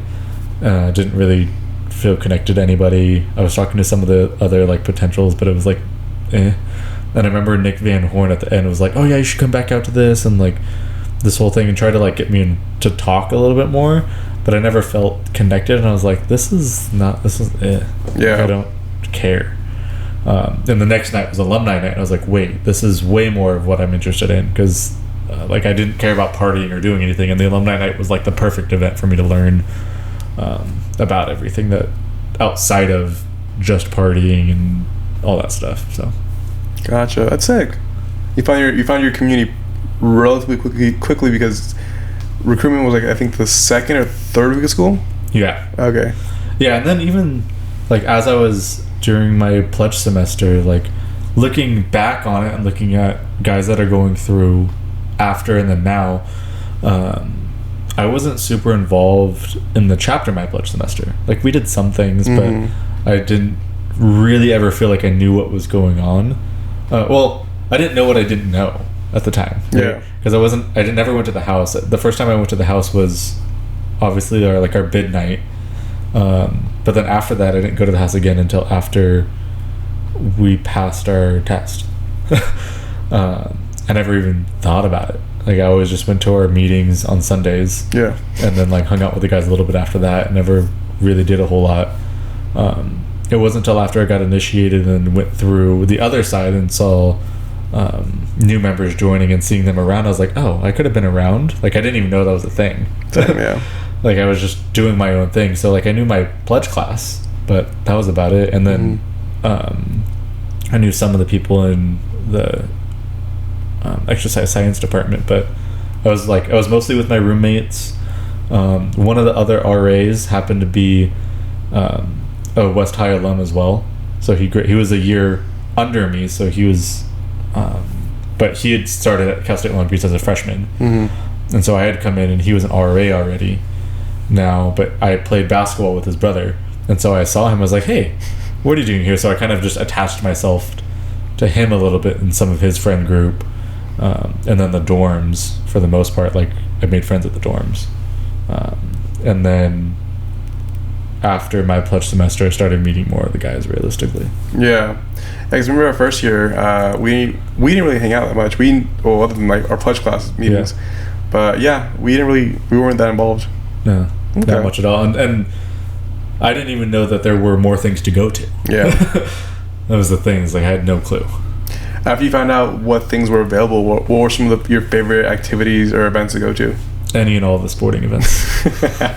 Pick one. Fair. Were you ever athletic commissioner or whatever we called it? We didn't really have that position. Athletic chair? When we were active. I think you're right, yeah. I first started so my first semester when I was tribune, and technically sports chair. I guess we did have that. We did have sports chair because I was tribune and sports chair.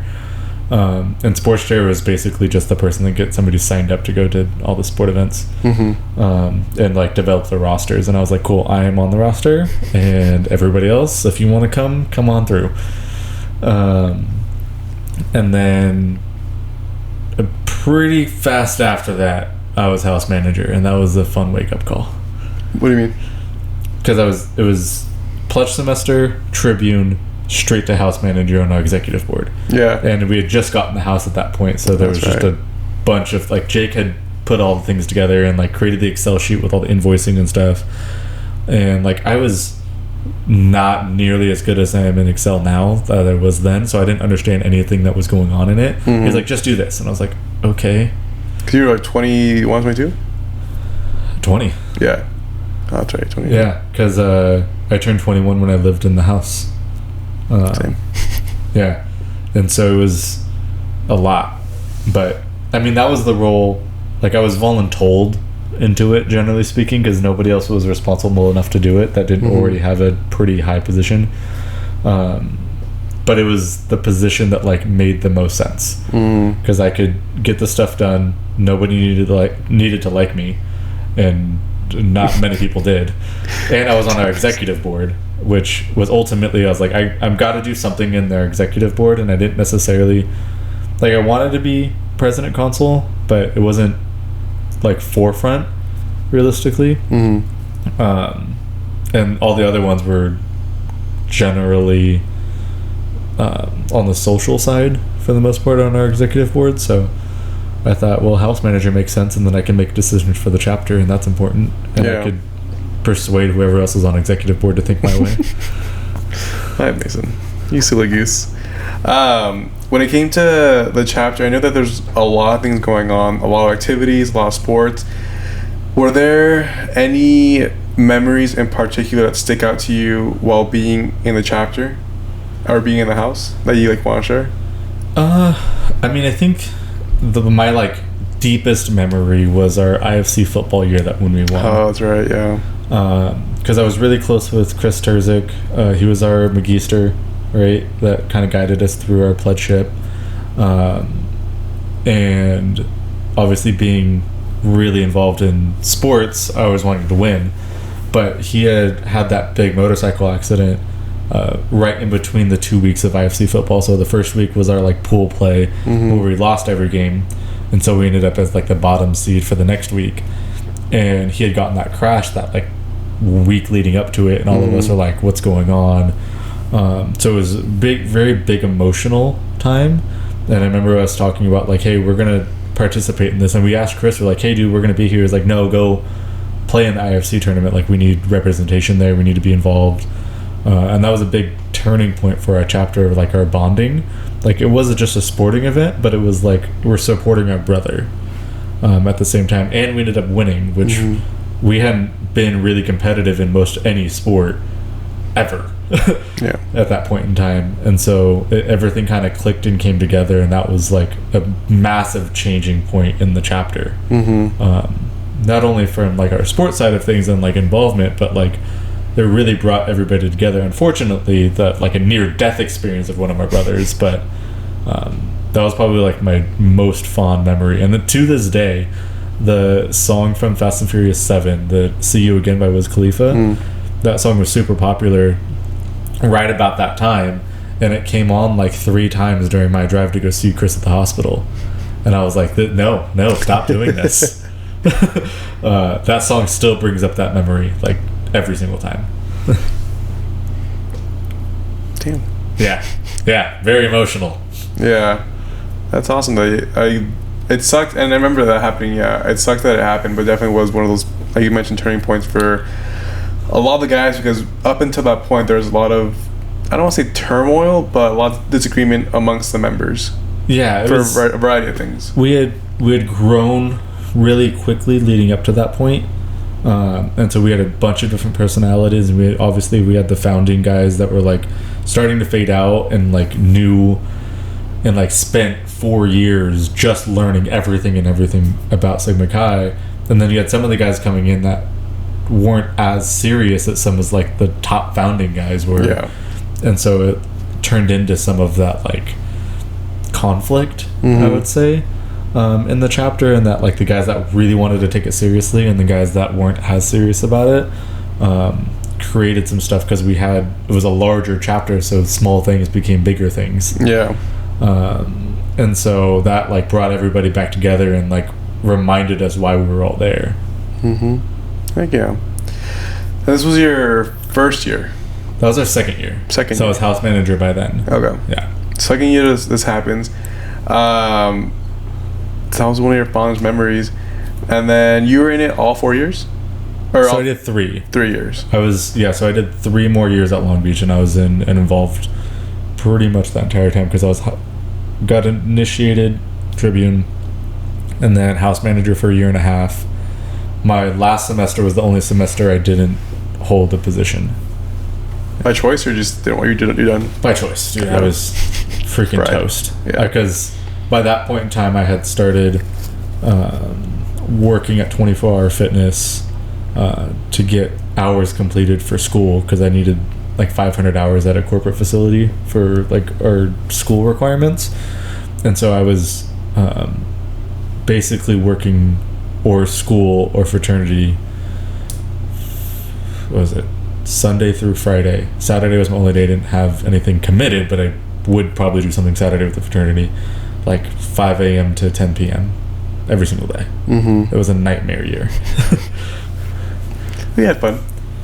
I don't know, honestly. I think I did, but like I was very much a zombie, because it was like sleep, wake up, work, school, study, fraternity meeting, more things, back to sleep. So like when you found something that you enjoyed, you gave it your all. Yeah. I was definitely fully involved in everything. Yeah, because you're fully involved with like your ASB, fully involved with basketball, and then you get to college, you're fully involved with your fraternity. At what point did you? So you were a kin major when you started. Did you ever change it all, like from within the major? So at community college, it was a liberal arts degree. They didn't have a kinesiology program, so it was just like allied health or something like that. Then I transferred into the kinesiology fitness option, and then I wanted to move to the exercise science option. And so after my first year, I went to go talk to the counselor to switch, and they said that I was too far along in my fitness option, that I couldn't switch. And I didn't know any better at the time to tell them to suck it, and I was going to do it anyways, because you can do that. And so I stayed in fitness, and I was like, I guess I got to figure this out. And then I had done some stuff in PT, and just like didn't like it as much. So I was like, well, I don't know what I'm going to do, but I got to graduate. So fitness, we were required to have 900 hours of internship hours going into your last semester. Now, most people are told this in their first semester or within their first year, because they're in that option. Now, I was told this, but didn't care about it because I was switching majors. So I let a year go by, or 1.5 years really, and then going into my final year, the summer going into my final year, I had stopped working at the promotional product company for various reasons. And then I was like, well, I got to go work in industry. Like, I got to do something. And now I have to do all 900 of these hours between, I think it was July to December. And so I got hired as an intern at Boeing for my corporate hours. So they had a split between corporate and like traditional. Traditional is like any gym setting for the most part. And then I applied to the 24-hour fitness in Lakewood because that's where like my professor works. I was like, oh, I'll go work there as front desk. Didn't hear back. And then applied to every 24-hour fitness, LA Fitness, and Anytime Fitness in like a 10-mile radius. That's front desk because I'm like, I need to work. Yeah. I conveniently got a call back from the Cypress location to be a trainer. And I was like, dude, I don't know anything about training. What are you talking about? But you learned. And he was like, you have your associate's degree, right? I'm like, yeah. He's like, cool, come on in for an interview. I'm like, okay. And I was like this in my interview. Yeah. Because I didn't know anything. Yeah. And he was like, cool, you're hired. I was like, I still don't. He's like, we'll teach you everything. I'm like, okay, sure. And so I did that because I was like, I need a job to graduate college to pay for life. And so I needed to work and do something. And so that's how I started with 24-hour fitness. And now that's how you got into your current career of personal training. Yeah. Gotcha. So I mean, if we're going to starting on the training path, I sucked. Like I was horrid as a trainer when I started. I didn't get my first client for 3 months. I got assigned clients and I kind of kept them, but I didn't get my own first client for like 3 months. To give you perspective, most trainers get one in their first 2 weeks. Because I was super shy. Yeah. I remember I was up at the front desk and I was supposed to be booking like consultations with people, like asking if they wanted to get my schedule. And I would just say hi and like help them check in because I was so nervous. And I remember our GM brought me back and he was like, hey, I have front desk up there. I'm paying them to do their job. I'm not paying you to do that job. Do something. I was like, okay. But this is where like I told a lot of trainers as I moved into management, like it's an industry that will bite you and kick you and spit you out very quickly if you have a second option. I didn't have a second option. My option at that point in time was not graduate or potentially graduate with however many hours and then move back to Bakersfield because I didn't make enough money. And moving back to Bakersfield was not an option. And so I was like, I have to make this work somehow. And so I was literally if I wasn't in class, I was at the gym learning. I would ask the other trainers questions. I would sit there, I'd learn from the sales guys. I would ask my GM if he could teach me stuff. Trying to learn everything and anything that I could, because I was so shy and like reserved and not on the extroverted side. I knew that if I actually got in front of somebody, I had to make sure I closed.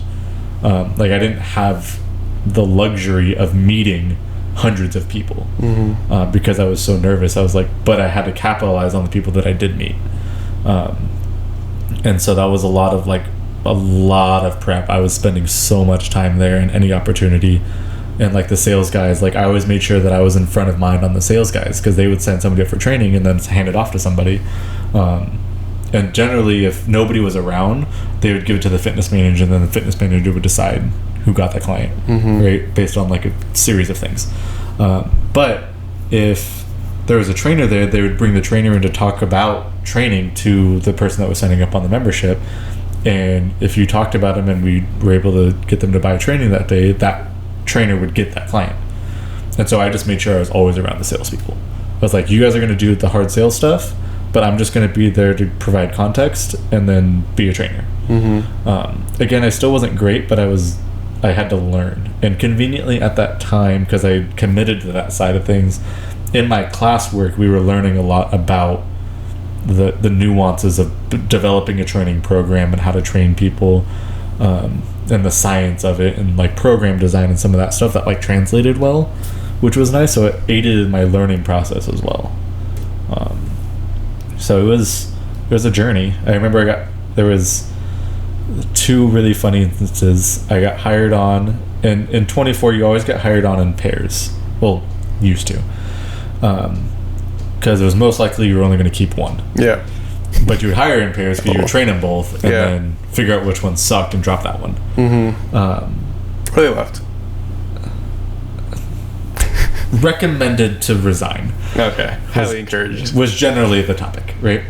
And I remember I was hired with this guy, Ricky, and he came in one day and I was at the front desk just talking to people.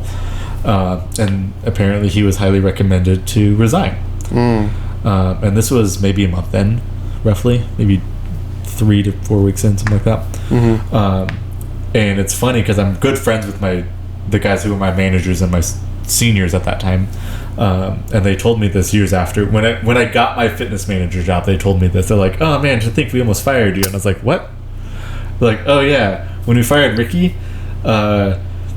he was walking out and you were at the front desk, and it was Phil Ayers, the GM, Mike Irons, the fitness manager, Min Tran, the assistant fitness manager, and then Will Avalos and Mike Ward, the next 2 like top trainers at the club. They saw him walking out and saw me, and all of them except for Phil were like, "I think we let go of the wrong guy." And Phil's like, "Nah, he'll be all right. He'll figure it out." Phil's the only one that believed in me in that moment. They vouched for you, yeah. And turned out to be pretty good. Yeah, I would say. But all of them were like, I think we got rid of the wrong guy. Because at the time too, like I hadn't ever worked out in a gym. I had pretty bad posture. I weighed like 110 pounds at 5'9". Like there was no weight to me, and I was shy. Like those are not typically good things to become a trainer. But he saw something apparently, and it worked out, and I became really efficient at things, right? Because I wasn't good at the front desk. I was like, would have to find out that I'm good at, and so I would make phone calls to potential people to try to get them booked in. And like I'm a big numbers guy, so I would call and I'd write down how many calls I could make in a half hour, and then of those how many people answered, and then of the people who answered how many people did I book, and then how many people do I need to book to get a new client. And so I knew I needed to have roughly 8. I needed to be in front of 8 people before I could get 1 client, but 8 people required like 16 bookings, and 16 bookings required like 50 calls or like 100 calls or something like that. And so I was like, okay, for 1 client I need to get through 100 calls. And so I knew the system, and so I would just crank out calls. And then I got to a point where I was like, cool, people answer between 12:30 and 1, and they answer between 3:30 and 4:30. Those are like my prime times for people answering their phone calls. So I would only call during those times, and I got hyper efficient on like the stats and the numbers of it all, because I had to be, because I wasn't good at the other stuff. I was like, I have to show my team or to my management staff that I'm doing something productive, because we had a limited number of hours that we could use not training. And so if you were just like, oh yeah, I just worked an hour, and they didn't know why, you wouldn't get that hour next week. So I had to show them, I was like, I did this many calls, this is how many I booked, this is why I did it this way. So I learned that process and became hyper focused on like the steps I needed to take to be successful. And I remember that there was one other trainer, Jessica, who was hired roughly about the same time, that we had a whiteboard in our break room that had you were ranked by what your projection at the end of the month was for your session count. So every week you would update it and you would move up or down on the list. And she was always above me. And I was like, she's doing so much that she's not doing any work. I don't know how she's constantly above me. But when she came in, she said she wanted to work with older adults. And so the staff were giving her clients that were older adults, and they're just handing them to her because she was like, oh, this is the clients I want to work with, and nobody at the time wanted to work with them, right? And so she was just being fed clients, and I was like, dude, I am working so hard.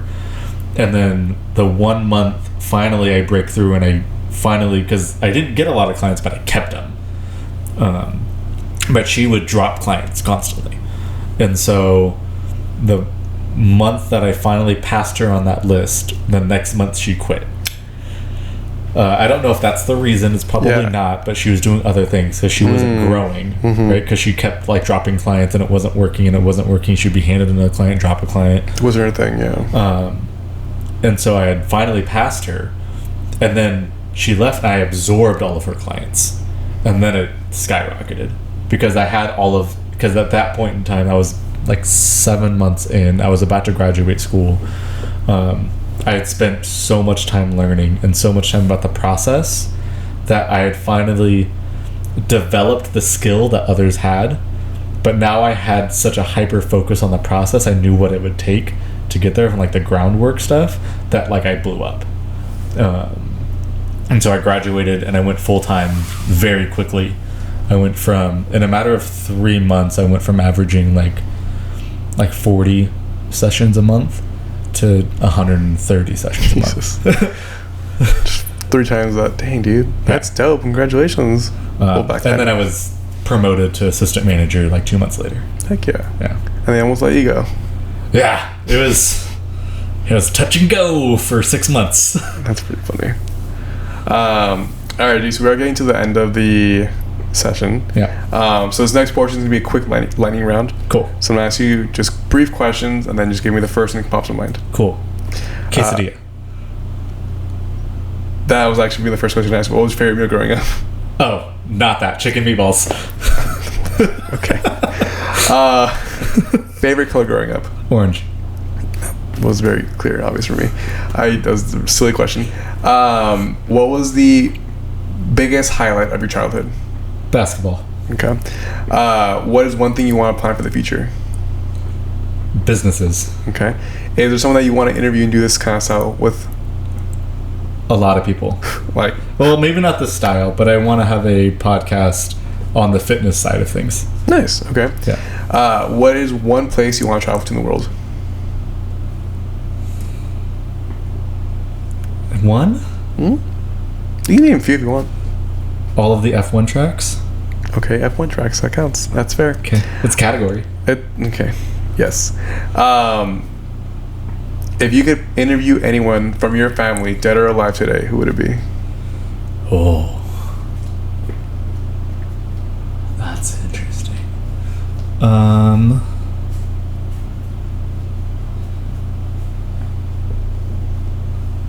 I would probably say my Uncle Rich. Because he lives such a cool life that I don't understand. Yeah, make it happen. Alright, this will be the last question. Obviously, it's called Mike Memories, and so we've gone through a variety of questions that I've asked you. This is your chance to share any memory that you want to make sure is recorded for future people to see. Oh. Any memory. Yours, family's, friends. Any memory. Any memory you want to be recorded. I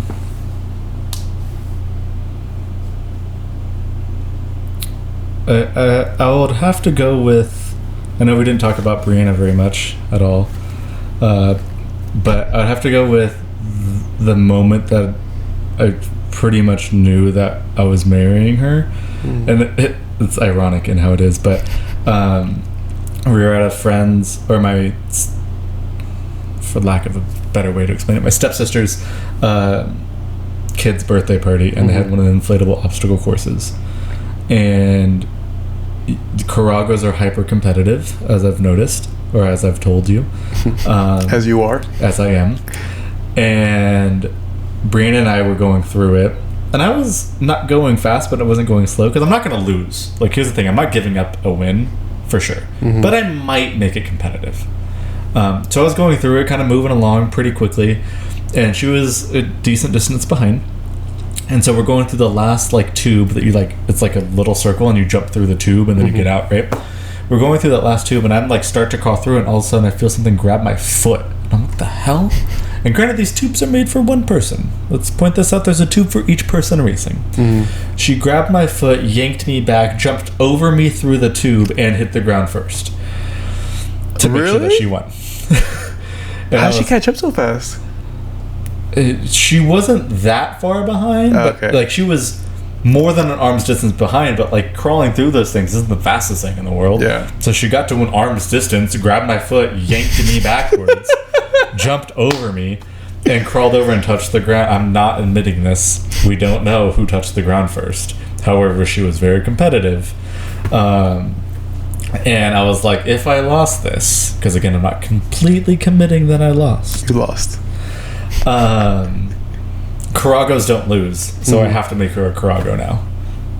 That's super sweet. Oh, I didn't know that's when you like really knew. That was, I mean, before that was like more than likely. The inkling, yeah. But that one I was like, damn it, she's just as competitive. That's All right. really funny. Dang. So you lost to Brianna before you were Look, married? we're not saying yes or no to that. You definitely I'm not lost. saying yes or no that Brianna has the video confirming either side of these things. Hey, but you won her, so you're still a winner. Got him. For those of you who might watch this in the future, that was a reference back to the wedding speech that he loved, and my sister just wrecked me. Yes, that was fun. But dude, thank you for sharing your story today. This definitely won't be the last time we do this, and we'll definitely create more memories when you come back. Cool. Thanks, buddy. Love you. Love you, too.